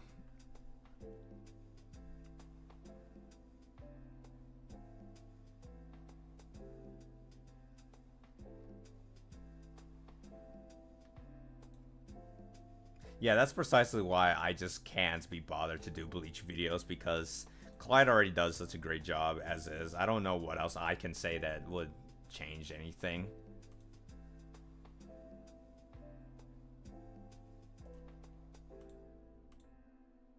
Although, who knows? Maybe I could do like a crossover matchup, like of Ichigo versus somebody else and whatnot, but that's still kind of eh. I wouldn't be super confident in me being able to be accurate with what I have to say towards the Bleach scaling. But who knows?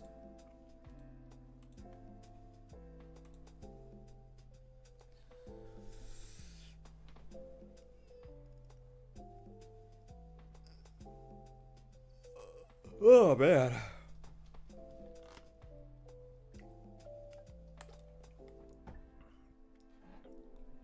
Yeah, I'm trying to think. Yeah, if he's only like consistently like barely planetary, then he's what, Namek saga. So then if he's barely universal, then if we're talking about manga, then he would probably go up to like the Battle of Gods era. But then if we're going for anime, then he probably go into like Boo Saga tier ish. Hard to say, really.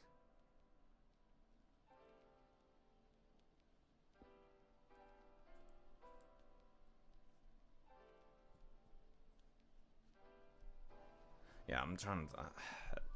Yeah, I want to give the agenda towards Bleach, but it's like, I don't know about that, Chief.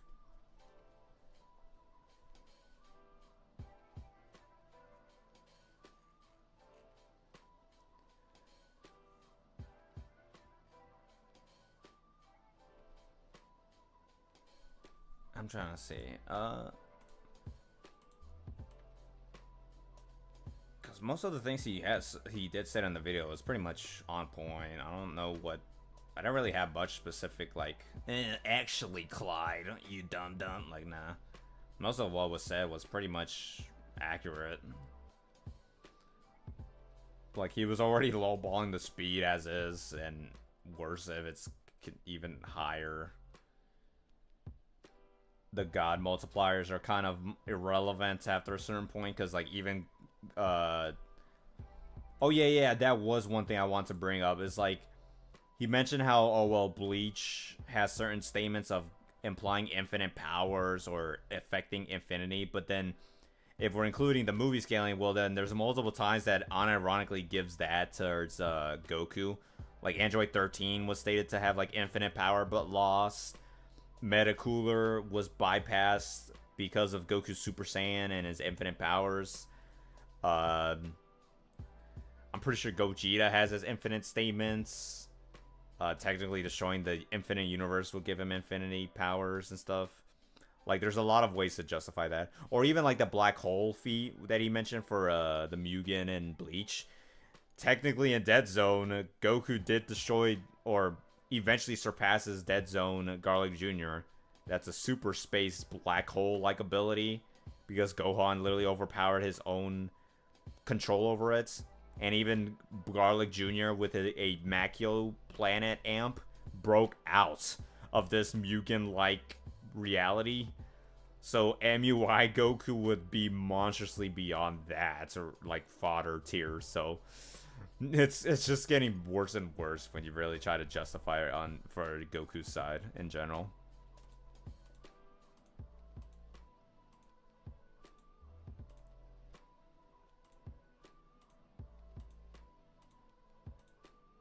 And then even like the speed argument is like, well, if Goku and base is already like beyond infinite speed, like inaccessible speed, like he can move in 0 time, will then stack the MUI multiplier, which is like a Googleplex multiplier. He's pretty much going to be multiple levels above infinite speed that Ichigo would not be able to like react to at all. And also, I also forgot, Goku just has like insane levels of resistance to certain hexes, like the spiritual pressure. Like, I don't know what would that do to Goku. Like, the closest example in which that didn't work for him was in the manga, where I forgot the elephant's name, the elephant god of destruction. He shouted that was able to stun lock almost everyone except for the angels and the Grand Priest and Zeno. So Goku was affected by it, but that just tells you how insanely powerful you have to be just to even affect Goku. Or like Chaozu, he did like sort of hold him down before he fought Monaka, but Goku obviously wasn't trying. Like, even before that, Nappa just powering up to full power, Chaucer's like, oh, dang, even my telekinesis can't hold him down. So that would be an example. Like, the fact that just base Goku, not even serious or up his guard, he's just trying to walk from point A to point B, can still bypass that. It's like, yeah. Kind of tells you, maybe Goku is kind of strong against all the hexes that you could possibly ask towards Ichigo.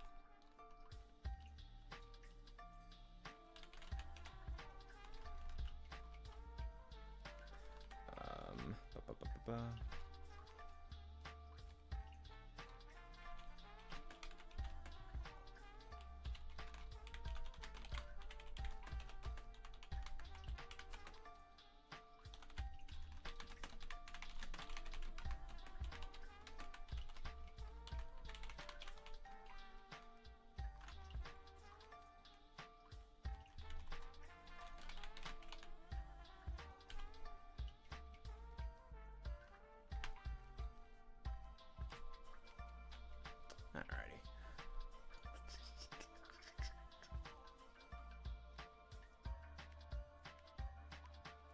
Yeah. Honestly, I'm surprised that I'm trying to think. Like, there's always there's plenty of people that try to argue Goku's out reversal. I'm trying to think. Is there anything that because I feel like Naruto isn't really hyped up to that extreme. Ichigo isn't really. People are kind of against the universal Ichigo anyways, so. I mean, like, Gojo is sort of, like, hyped up to, like, infinity, but not, like, outer, or maybe, I guess? I don't know. It's hard to say it now that I think about it.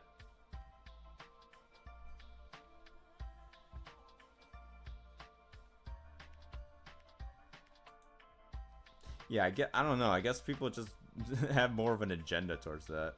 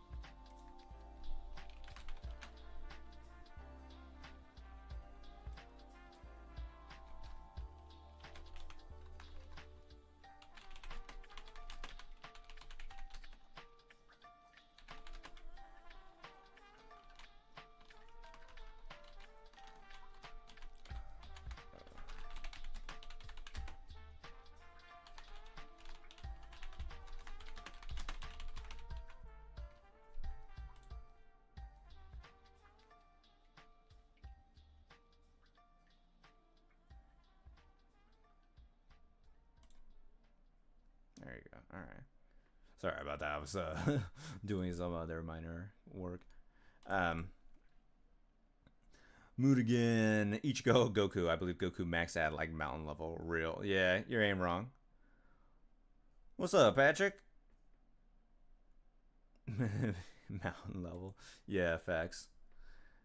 Nah, I think Ichigo's like maybe tree level, you know?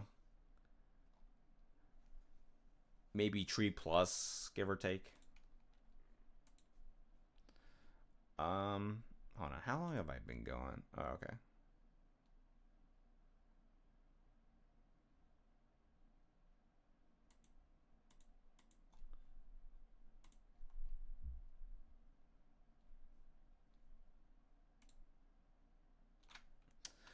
do I want to react to it now or? Nah, I can hold it on off for later. That's fine. Oh yeah, no, I could definitely hold it off for another time. Yeah, probably for the best. I was gonna react to something else, but that's nah. After 1 hour video, I think that's fine for now. Hold on, let me put some other music. Oops.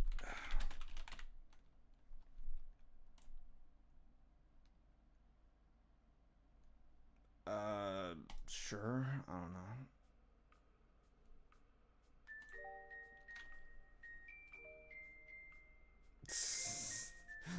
To ever disrespect.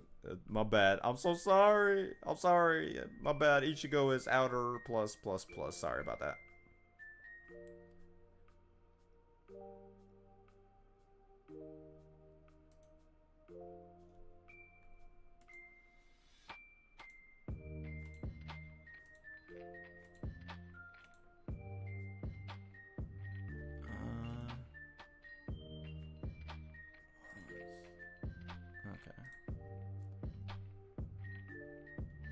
Oh yeah, speaking of which, there was one thing. Actually, you know what? Hold on, let me bring it up. Hold on. Let me show you guys how, like, what I have to deal with when it comes to, like, the exaggerated scaling. And the thing is, shut up, me. Alright, like, look what I have to deal with whenever I have to deal with the comment section. Like, again, you can say whatever you want, it's just that don't expect me to always respond to what you guys have to write. But look, alright, hold on, I have to put this on screen. I have to put this on screen. I wish there was a way to...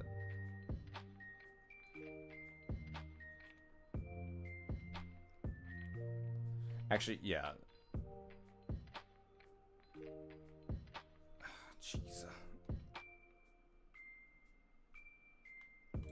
Oh no, I can fix it later. Do Bardock's visions of the future and the opening of Xenoverse 2 means that the game takes after the Toei anime and thus its scaling can be used? No. Because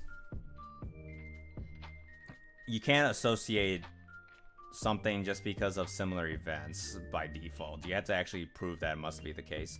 Because keep in mind, in Xenoverse 2, we also have that DLC storyline where Few interrupts that event, and one of the alternate endings literally has Bardock go Super Saiyan and defeat Frieza. So that would kind of like break the whole canon aspect of Xenoverse in general and stuff. So that's kind of And also the other problem is that, well, in Xenoverse, we also saw Bardock see the visions of Blue Goku versus Golden Frieza. But we know that in Super Broly, Toriyama recreated his own versions of Bardock. So how would that be justifiable? You know what I mean? Because to assume that Xenoverse is canon to the Toei anime, well, then that would contradict the movie of Super Bardock. Or even the manga, so it's like, it's gonna be already wonky as is.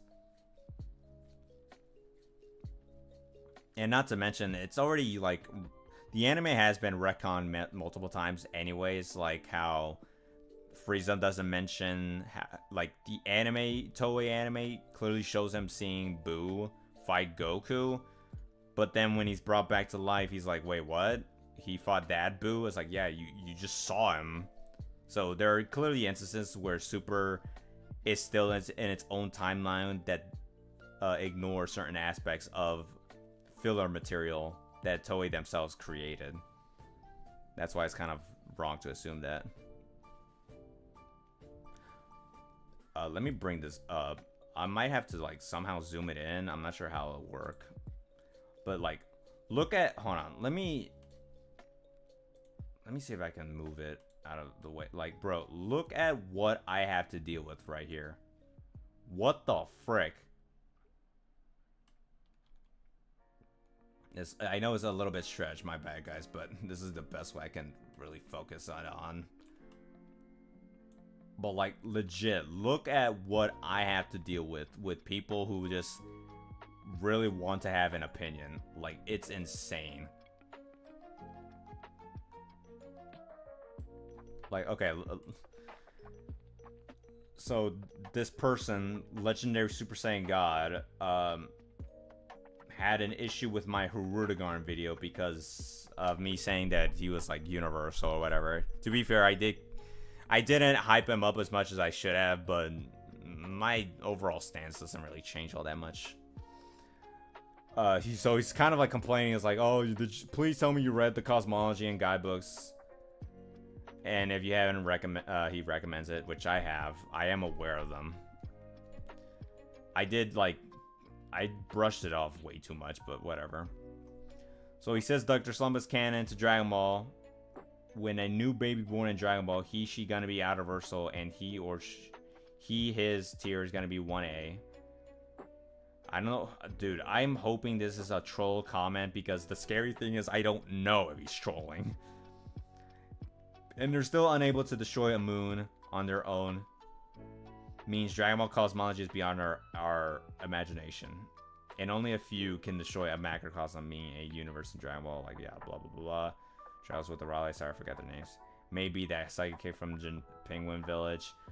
Like, he's just rambling. Destroy macrocosm beyond balance with the measurable speed, and the tier is 0. This means Dragon Ball cosmology is beyond balance with infinity layers. And still Zeno destroys like it's nothing. I forgot to mention how Xenoverse 2, GT, and CC Goku are canon. Let's not forget about canon for a sec. Yeah. Jeez.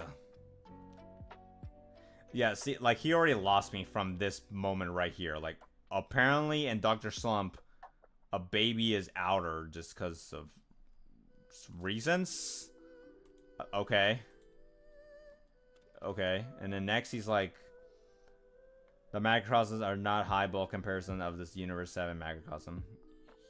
I don't know who's he. Transcends time, battle with hits. 10D, 11D. Where did this number come from? I don't know. Power of Hakai, Reality Warp. How strong was Battle of Gods? Base Goku. Destroy universe, what can be macrocosms? Let's scale the macrocosm. State to be infinity size, the emerald to be parallel infinity, blah blah blah. Low multiversal or fourth dimensional. Infinity number of dimensions with infinity size like hyperbolic time chamber. Haven, not heaven, is Haven. Dimension transcends the living universe. Makes it a 5 dimension that I'm aware of. Yeah, I know that. 6 dimensional. 7 to 8 dimensional. Blah blah blah. Like, bro, do you guys see what I have to deal with my contrarians just talking all these buzzwords? I'm just like, bro, you already lost me. Stride, you already missed it, bro. I've already been streaming for 2 hours and you already missed it. Gosh dang it. Yeah, Super Saiyan 2 is a measurable speed times 2. Like, what? Okay. I mean, again, I know what he's sort of coming from. But, like, what does this have to do with Hirudegarn? What? Also, apparently Black Frieza... This guy says Black Frieza one-shot Beerus. Okay. Oh, wait. He's gonna get one-shotted by Beerus. Dude, his English is so bad. I didn't even understand what was said. Lord Beerus one-shot by Whis. By Grand Prix by Zeno. There's a Llama one-shot by Toribot. Okay, sure.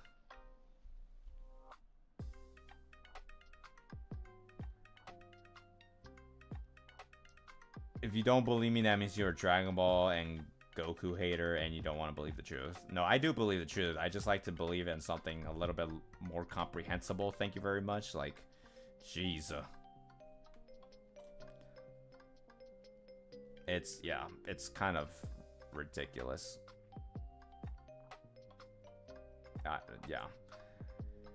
Yeah, see what I have to deal with on a daily basis with these comments? It's, oh my gosh.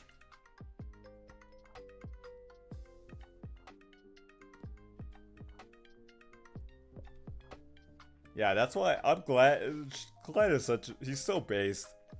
Like, he's literally doing what I'm doing. I'm like, yeah, I'm gonna just tell you guys every interpretation from low end to high end, and still let you guys decide what you think. But I'm not gonna just say he must be outer. Ichigo must be universal to the power of 5 or some stupid nonsense like that.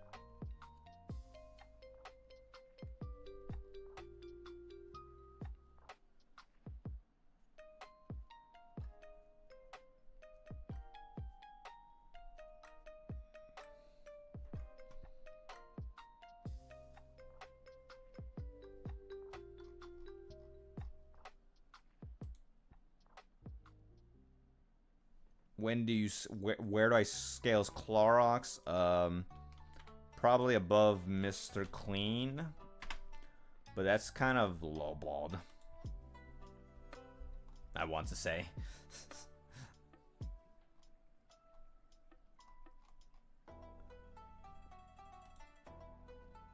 I don't know if you have a different take to that.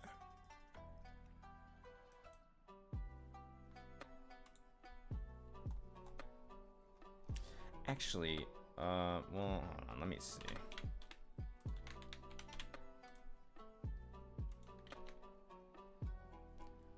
Well, let me, yeah, there you go.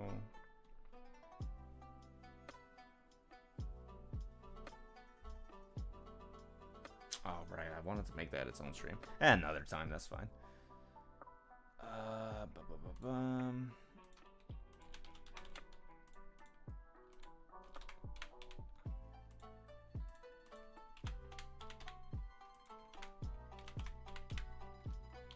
Nope.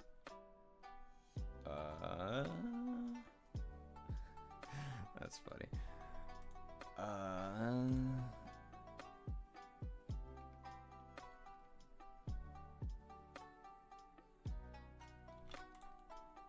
No, that's okay. That's fine.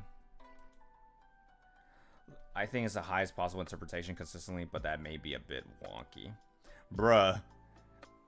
I mean, okay, you did say interpretation consistently, but nah, Clyde's video kind of implicated, like, multiversal to, like, low complex, bro. He was kind of implying some 6D type of scaling. You definitely have to watch it yourself, because I'm not going to rewatch it for you, but yeah.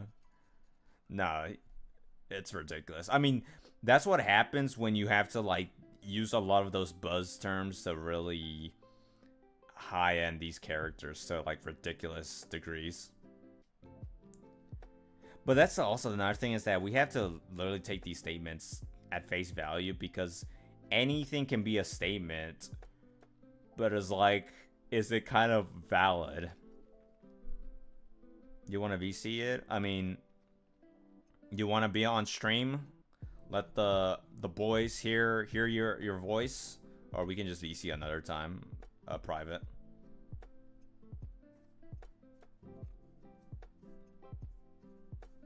Yeah, the boy Stride is my #1 certified hater on my videos. I always wonder if anyone takes his comments seriously or not.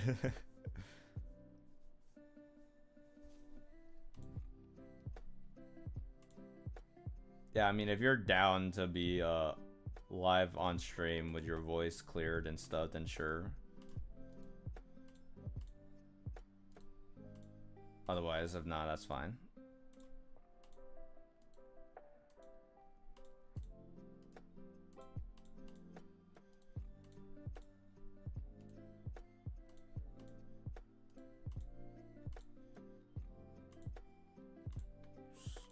Where the heck? I'm in the door. I mean, that's fine if you want to. I just want to make sure you're comfortable being heard. Oh.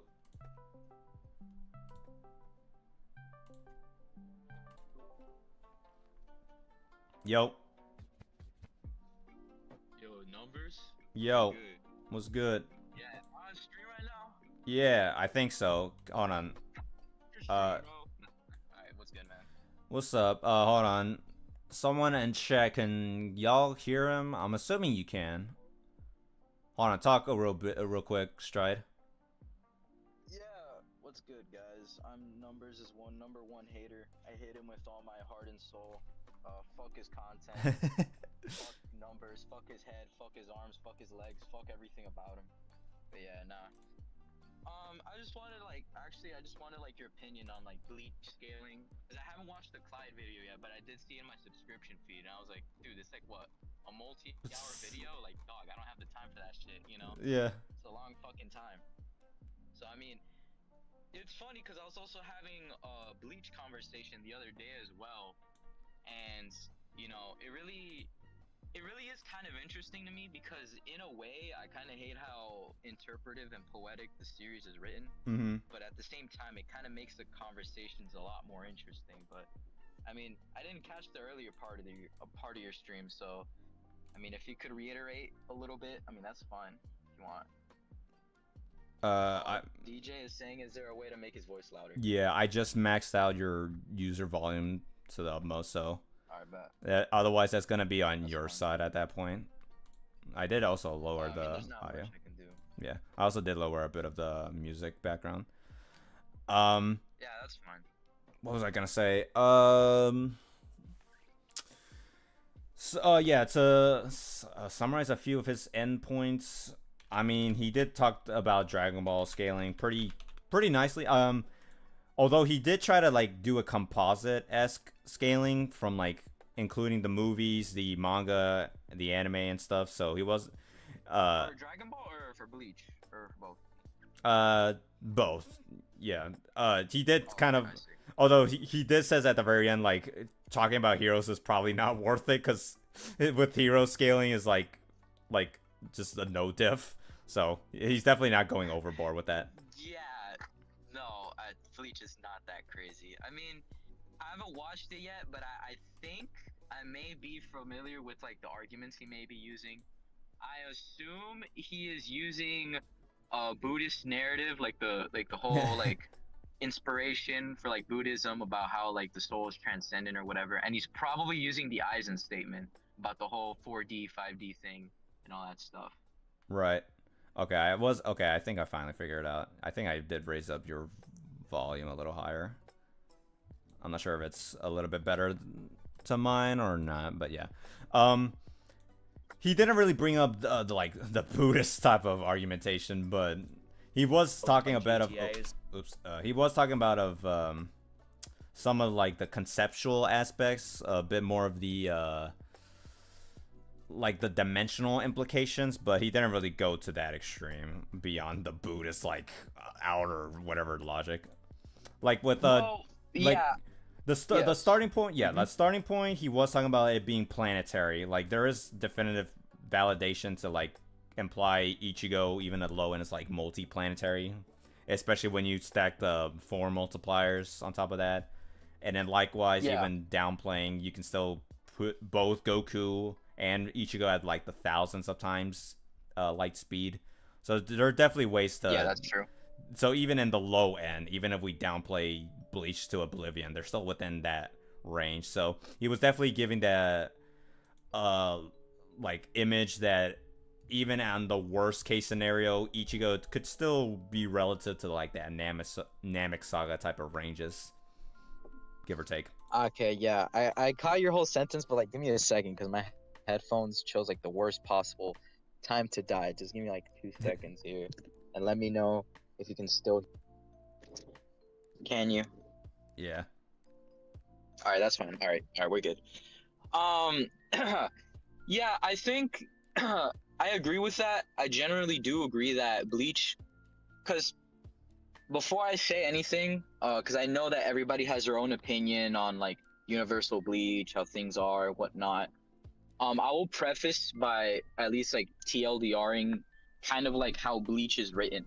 So the thing is about Bleach is that it isn't a standard shonen. You know, it's very much poetically written. It's very vague in its wording, and it's by design. You know what I mean? It's Kubo does it on purpose. He seems to have some kind of knack or interest in seeing how people view his work, the subversions, and all the foreshadowing and whatnot in his series. So if Ichigo or Yuha is gonna be Outerversal or any tiers like that, it's not gonna, at least in my opinion, I don't think it's gonna be blatantly stated. which I feel like is quite obvious. So as for Bleach being at least in the planetary, continental, multi-planetary ranges, I generally do agree with that if you're taking like a super hyper literal interpretation of the series, which is like feats only and whatnot. They like blatant statements and feats only. That's completely fine. That is true. But as for, you know, universal, that's where people have different varying opinions. I've watched all the new anime, which contains some new information. I've read quite a bit of the light novels, the interview statements as well. And I'll say that there are very strong implications, or at least like moderately strong implications, that Kubo has an idea as to where he wants the scope of the series to be. You know, at least towards the end, with like the whole Soul King tier, the whole Soul King contender level that is kind of implied in the light novels of Can't Fear Your Own World with Hikone and all these characters. And what the Soul King, his function is, which is being the linchpin of the Bleach universe, which would mean that he stabilizes the soul cycle that is universal. Right. You know, there seems to be some kind of like variable or some kind of asset or attribute that a character must have in order to fulfill their status as a Soul King contender. Right. And usually it means it's their spiritual pressure, their powers, transcendent spiritual pressure and whatnot. Right. Yeah, So, that was brought up like- a bit in Clyde's video. Yeah, it's like, it's really, I'm pretty sure Kubo is intensely like implying, yeah, I'm pretty sure these guys are universal. Like I feel like it's quite obvious that's what he's trying to go for a high end. And as for like a direct feat in the series, I mean, it's been stated many times that Yuha was going to destroy all realms in Bleach. Like he was going to destroy Hueco Mundo, Soul Society, Human World. Like they always say, he's going to do it. He's going to do it. He's going to be doing that. You know, even at the end when Yuha was going to when Ichigo was about to kill him for the second time, Yuha released his spiritual pressure. He's like, yeah, I'm going to do it. So, I mean, I don't know why people were saying, oh no, he's not actually gonna do it. Like, bro, Kubo is literally writing, he's gonna do it. You know what I mean? He just can't, or else the story would end in a bad way. Oh, well, So- it didn't happen, so therefore it's not proof. Is that type of argument? They literally said it 7 times. Yeah, they literally said it 7 times, and he was going to do it. Yeah. So, and Ichigo killed him twice. He had enough spiritual pressure to physically kill him 2 times. Right. And this is Yuha after absorbing the Soul King. So, I mean, that's kind of where I'm at. I feel like it's the highest possible interpretation consistently. I may have to hear out like the more low complex arguments like 5D and whatnot. I can see why you would say that. But yeah. Yeah. I don't know. That was more so towards the middle or like towards the near end, because it was more so in relation to the high tier implications of like building or affecting the cosmology and stuff. Like one thing I didn't know was apparently the Hogyoku, Clyde showed it on screen that it was stated that it was just like a nail of the Soul King. I'm like, bruh, the most OP item in the verse is just like a tiny like little piece of his body. Like, what the heck? That's insane. Yeah. It's like And this. Grammy, Yeah, it's like the Sukuna with his fingers, but it's like on a more absurd level. yeah, and Grammy from the Quincy's, he was able to, according to the light novels, create outer space. Yeah. He is speculated to only be the brain of the Soul King. Right. Yeah. So I mean, What was yeah, that? it's pretty crazy. He did it. Clyde did eventually show that on screen, but if people were just to read it or watch it, I would have just said that okay, he's not creating it. He's just he's BFRing his opponent towards another place. So that would, in my opinion, if someone were to ask me that from that argumentation, I would just say it's not proof. But if someone did bring up the created statement, then yeah, I feel like that would be a valid. And it's not even like created. Like apparently it's like instantaneously. Like it wasn't like over time. It was like instantly. He like popped outer space out, and I was like, holy shit, you know. It's pretty crazy, man. Like I feel like Bleach is at that level. At least that is the intent with it. Now, will it be like interpreted? I mean, characterized consistently throughout the series? We'd have to wait and see. But for now, I think the highest possible consistent interpretation you can have for it is universal. So, Yeah. Right. And at least in my opinion, I'd have to watch the Clyde video. yeah, and even when I was watching the videos, like even if we do allow those like conceptual or higher dimensional logic, it still would just go back to Goku because like, for example, Clyde brought up how he was being empowered by Hell itself in the Hellverse movie, but then it's like, well, in GT, he defeated Super 17, who he himself was stated he was empowered by Hell, or how he defeats Janemba, who's the literal like concept of evil, or Zamasu in some like promo material or something like that was stated to be like the concept of justice, and Goku's literally bullying all three of them. So it's like, even from that logic, Goku is still kind of like soloing this battle easily. Low key, yeah. I mean, I think if you want my opinion on a Goku versus Ichigo, I think if you're gonna be using like the higher ends of both, I'm pretty sure Goku just consistently like mops Ichigo. He has a lot more solid scaling, Right. in my opinion, at least. Oh, and also I think, yeah. yeah, and also Clyde did brought up the whole, oh well, let's just assume they can see each other because. Yeah, because I do agree that there are some people's like, oh well, can Goku even see Ichigo's? Like, dude, the fight wouldn't happen. Yeah, the fight wouldn't happen if they can't even see each other. I mean, Goku has seen spirits, I'm pretty sure, so he probably could. I Yeah. think he has. Yeah. I mean, I think he could, but even then, yeah, you need the fight to happen to like kind of see. So Yeah, but that's I what mean- that's a funny like Yeah. argument to be like, oh well, how can yeah, they a lot even of people fight? brought it up during the whole Naruto versus Ichigo thing. People would bring it up. It's a really funny point. Yeah. It's a really funny one. But I mean, what's also kind of interesting is that most attacks in Bleach technically are like Hakais or because they attack directly to your soul. Mhm. You know what I mean?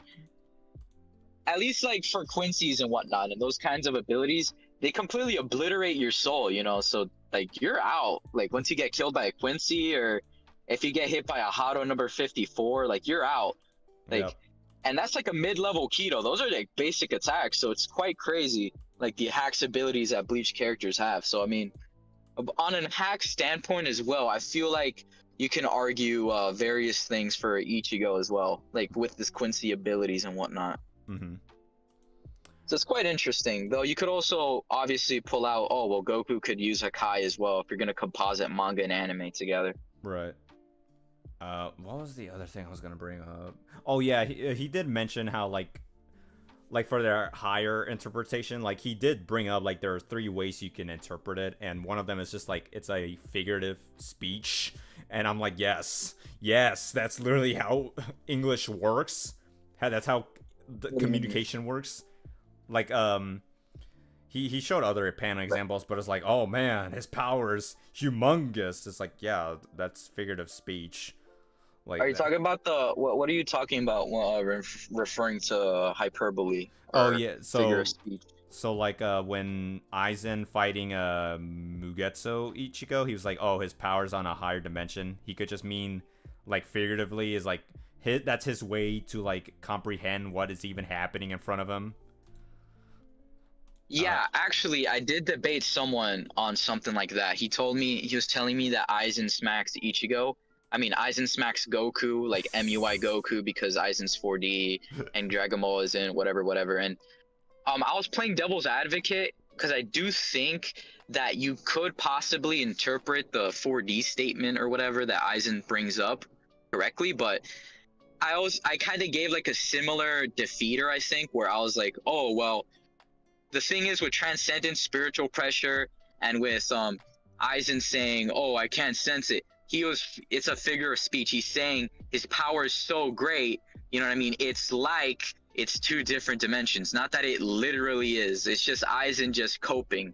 He's just trying to, and not to mention the whole narrative of like the final fight. It was Aizen just obviously coping and coming up with random shit only to be proven wrong. Like when he said Ichigo traded all of his spiritual pressure because, you know what I'm saying, for his strength or whatever, because he couldn't sense him, and that Aizen was just coping. So Yeah. I mean, Bro. like, there's really various different ways to go about it. Honestly, I wouldn't take that statement super seriously personally, unless if you want to like give a maximum benefit of the doubt interpretation for the series. Bro, that scene was hilarious when I watched it for the first time. I'm like, Fucking bro, caught his sword with his hand, bro. bro, yeah, It's bro so was funny. like, yeah, bro was like, oh, how dare you, Ichigo? You traded your powers, and then Ichigo was like, shut your stupid, and then just slaps him across the Smacked his landscape. Hado.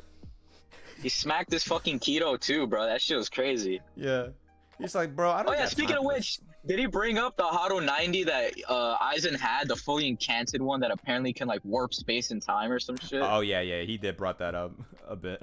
Okay, what's funny is that black holes do the same exact thing, so it's not necessarily universal. Right. And I also brought that up that even if we allow that, like, from the high end interpretation, well, Dead Zone was a literal black hole super dimension, and Goku eventually surpasses Garlic Jr. scaling anyway, so that doesn't matter even if we allow that Yeah. charitable treatment to Ichigo. Yeah, it's like with all these statements, it's very. I don't usually default to them when I'm scaling Bleach, at least seriously. Maybe to point out some kind of implication, but usually what I just use are just the realms, like the sizes of the realms, like how Soul Society has stars, and how Soul Society is parallel to the human world, and so on and so forth. They're both separate time spaces because of the Dangai, so on and so forth. I mean, usually I don't use those statements seriously, like for like a concrete slam dunk. I just use them as like a little bit of like, oh well, Kubo could be meaning this, or it's actually implied because he says this rather than that, and all that jazz. But I mean, if you do want to give maximum credibility, I feel like you're gonna have to preface that, because I feel like it's kind of goony, or like kind of I don't know if it's dishonest or disingenuous, but kind of goony and a little bit over I don't know about estimating. I'm trying to find the word for it. I guess just you're assuming too much, you know what I mean? Right. Because there's multiple ways where you can interpret, you know, those statements that we've mentioned prior, you know, like the whole manipulating space and time, the whole dimension shit. But at least if you put it in a context, like if you put it in the, like, if you view it from the full picture, from the full perspective of like the cosmology, and even Aizen himself in his god forms and all that stuff, according to the third data book, the unmasked one, he surpassed the Soul King, or surpassed God, or however they worded it.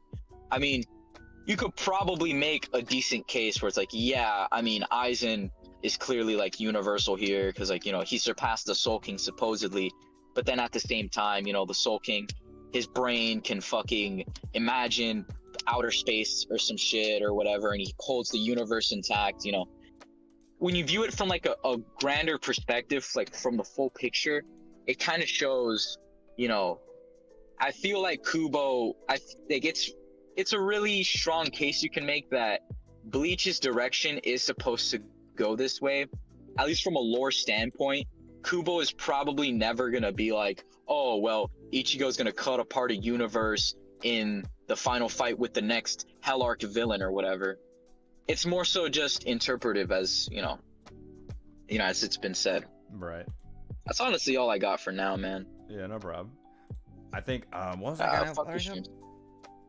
I think Bleach also has it worse, because at least with Dragon Ball there's like plenty of like bios to describe what these realms are, even if we don't meet them. And in the story it's also stated pretty nicely how it's often described. But then within Bleach, it's just more like backdrop. It's like, oh, here we are in Hueco Mundo. Well, forget about how big this thing is. We have to go with the main plot. Like, it's often just kind of like just disregarded, so we don't get much description as to how they even function on a proper scale. So that's why it's kind of that's why it's often just, you just have to take it with a grain of salt with some of these statements, if it's literal or figurative, or if it's even accurate. And the closest thing to Hueco Mundo's size that I can think of was I think it was one of the data books again saying that Wekamundo has like infinite sands, but I'm pretty sure that's clearly a figure of speech, not Right. actually. Right. So I mean, that's the closest thing you can get for Wekamundo. That, or it's a planet because it has a moon or whatever, or Yeah. it's at least like country with a moon or whatever. Mm-hmm. But yeah, I mean, that's all I got for now, man. I just came here to debunk you and to totally humiliate you in front of your own audience because I hate you that much. Yeah. But also just, I mean, on a serious note, just like get your perspective on Bleach scaling because I do find conversation at least a little bit interesting. You know? Oh yeah. Especially when it's That like, with the whole, yeah. especially it's Ichigo versus Goku. It's not just some random Ichigo versus Yeah. farmer with shotgun. You know, that type of energy. Nah, bro. Ichigo's getting he's getting cooked with that one. Yeah, you're right. Yeah, bro. Remember that kid that can imagine guns, and then Kenpachi got injured by Grammy. bullets, so Ichigo would get injured by bullets, obviously. Yo, facts though. Actually, yeah, facts. Like, he got bloodied up by a missile, bro. That's like obviously Bleach is like building level at best. Right. I always find that weird to Obviously. justify. Is like we had to unfortunately preface that these are not regular bullets. These are really enhanced bullets. I mean, they're created by a guy who can imagine outer space instantaneously. So I mean, like, It's a very obviously strong not. bullet. They're not. Yeah. Yeah, they're not regular bullets. You know, they're obviously enhanced. You know, Yeah. he just fucking what? It is what it is. I mean, people tend to not want to give Bleach like the same amount of charitability as they would say a Dragon Ball or a Yu Yu Hakusho or whatever.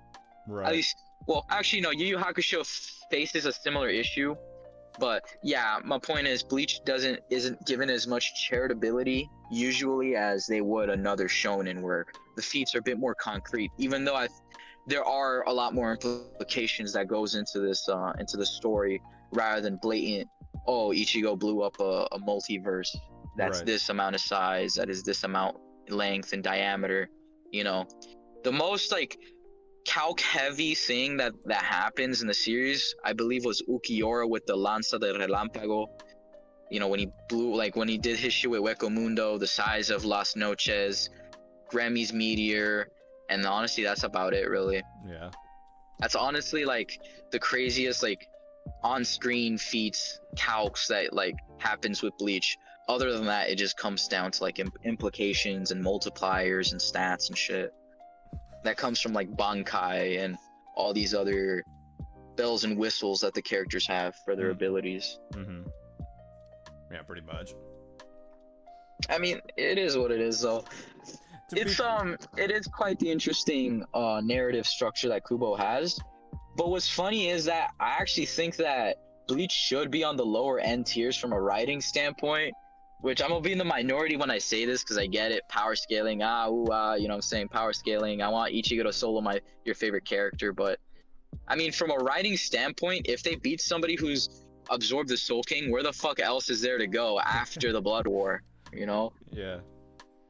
Like, that's like if Goku beats Zeno in a fight, well then what the fuck is next? You know what I mean? Like, the story's kind of over. Yeah. Like, We're still waiting. I really hope it is. Yeah, we're still waiting for any potential development on that Hell verse or Hell arc. Cause yeah, there was that one shot where I forgot his name. One of the Espada members just comes back, kind of warns them about Hell, and then it just leaves. It's like, okay, we don't know what's gonna happen. If maybe there will be another future arc, or it was just a high and buy situation. I don't know. I mean, I think there's gonna be a whole new story, but I mean, honestly, it's kind of the same issue I had with Dragon Ball. Is it's a little too late it's a little late in the game to kind of explore that, unless if they have like a really good way of circumventing the fact that Ichigo is a literal walking Super Saiyan god in man-made form. Right. You know, because like, dude, the Soul King is literally the top god, like the top dog in the fucking story. Yuha absorbed him and died twice to Ichigo, at least physically. You know what I'm saying? Like, Ichigo can literally hurt and kill this guy. So I don't know how the hell anything should scare him, unless if they go more hacks route, if they depower Ichigo or something. But even then, in the light novels, it says that all his powers came back even after Yuha absorbed his Quincy and Hollow side. So I mean, I don't know, dude. I kind of hope that either they find a way to circumvent this whole Soul King tier thing, or they like find a way to not make the scaling as grandiose, at least in my opinion, because from a writing standpoint, there wouldn't be much to go off of to keep the same amount of stakes.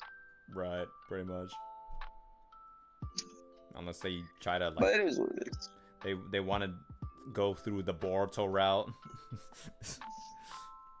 Well, actually, there's Yeah. another Soul King out there. There's a whole clan of Soul Kings, and they have to find a way to stop them. It's like, Yeah, there's a whole clan of Soul Kings. The Soul King from the Bleach story is like the weakest of his clan. You know what I mean?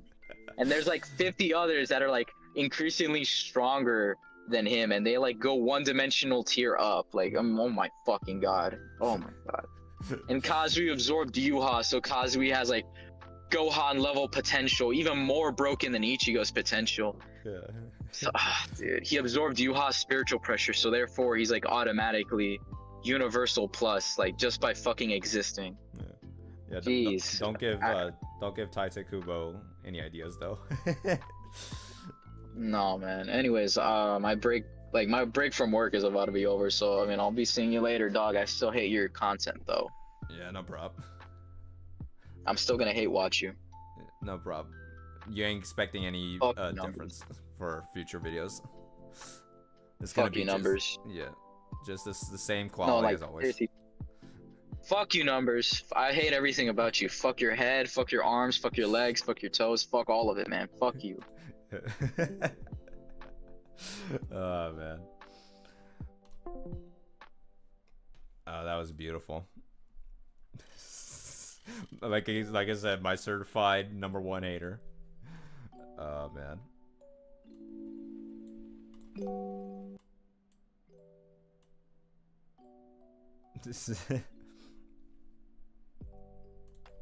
Yeah, and my boy Stride has I think he was the one that got me back into watching Bleach because it was because of Clyde I wanted to watch the anime, but then I think I stopped. Yeah, I think I stopped about halfway through. I think after the Rukia arc, the Save Rukia, like pretty much when Aizen just said, "Okay, bye, y'all." I can't remember what was the filler arc after that, but yeah, pretty much after that entire situation, I just kind of stopped for some reason. I probably felt a bit what's the word? I don't know. I guess I didn't want to say I lost interest, but I felt burnt out. There you go. I just felt burnt out, so that's why I just said, I'll pick it up another time. And then I think Stride just talking about it just want me to just finally finish it. And I think, yeah, around the time I wanted to pick it up, the new the final arc anime adaptation came out. And so I said, you know what? Yeah, let me finally get back into it just to finally see what the heck is going on with the new final arc adaptation.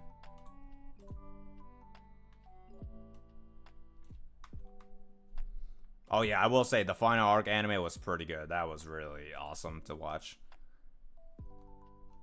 It was very enjoyable.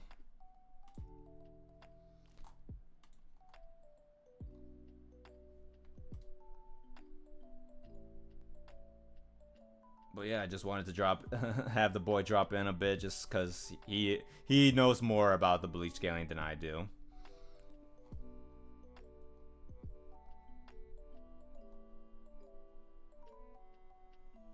I'm sure, yeah, he'll have his own thoughts of if he does watch the video after the fact, so.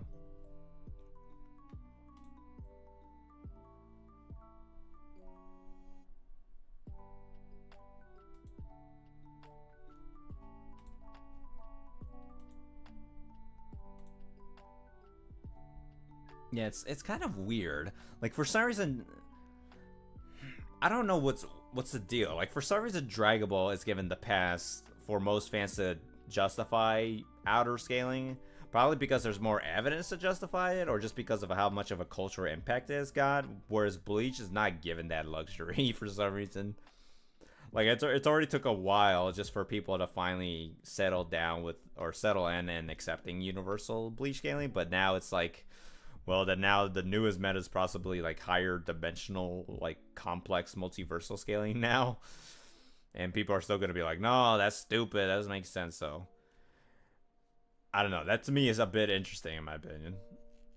Like, even Naruto is kind of struggling with that a bit. Like, it's hard for some people to wrap around their heads with, like, beyond planetary Naruto, let alone universal Naruto. So, and Naruto is already popular as is, more than Bleach. So, it's just kind of weird that way. I'm fascinated, to say the least, you know what I mean?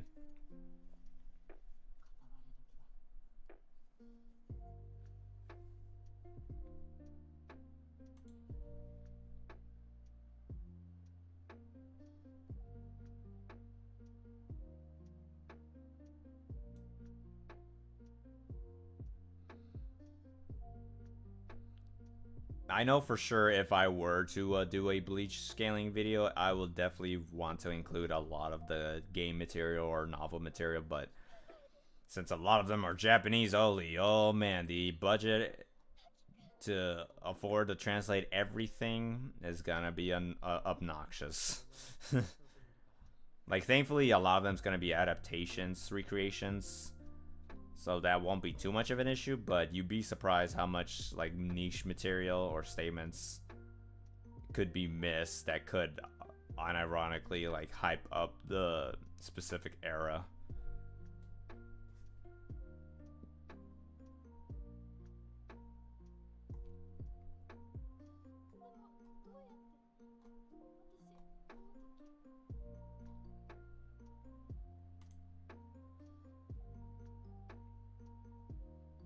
Waiting for end of GT building meta? Oh, bro. Bro, I'm telling you, my GT video is gonna make people triggered. Because I do not got that, what's it called? I do not got that outer agenda. Well, who knows? Maybe people will agree more than I think they would. But, I don't know. That's giving myself too much credit. Nobody's gonna agree with me. Nobody should, really.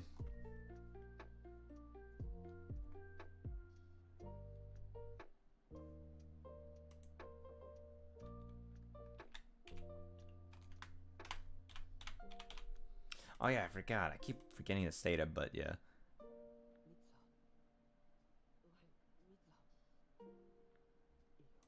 Yeah, I try to, like, look into, like, the video game, like the very first video game, and it's like, frick, it's only Japan only, and I have to, like, translate each text box word, like, one at a time. It's like, ugh.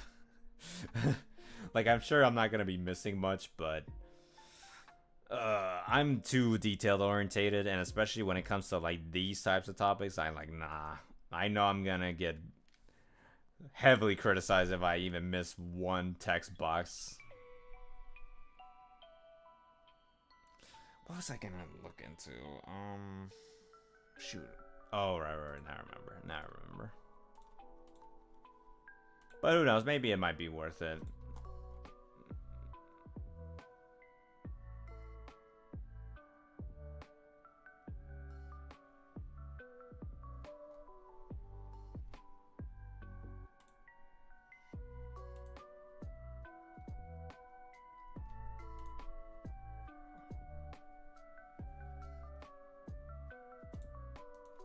But who knows? Maybe that should be a topic for another time.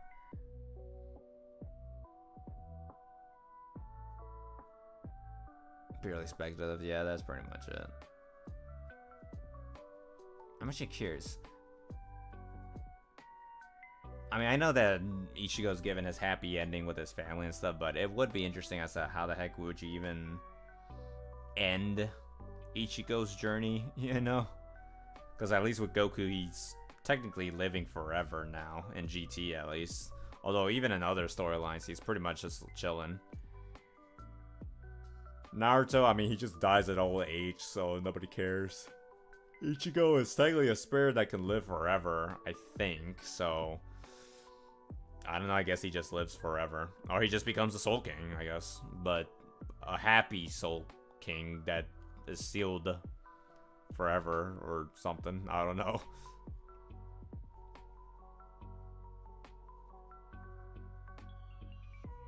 I don't know how would that work. Alright, but anyways, I think that's a good way to wrap things up. 3 hours in, a full hour video. That's definitely good enough for me.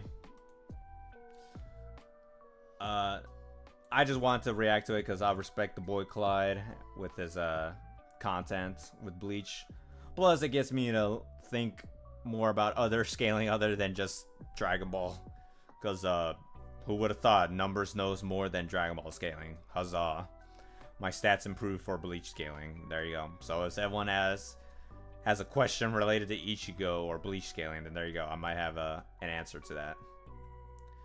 But anyways, thank you everybody to those who have been joining in today.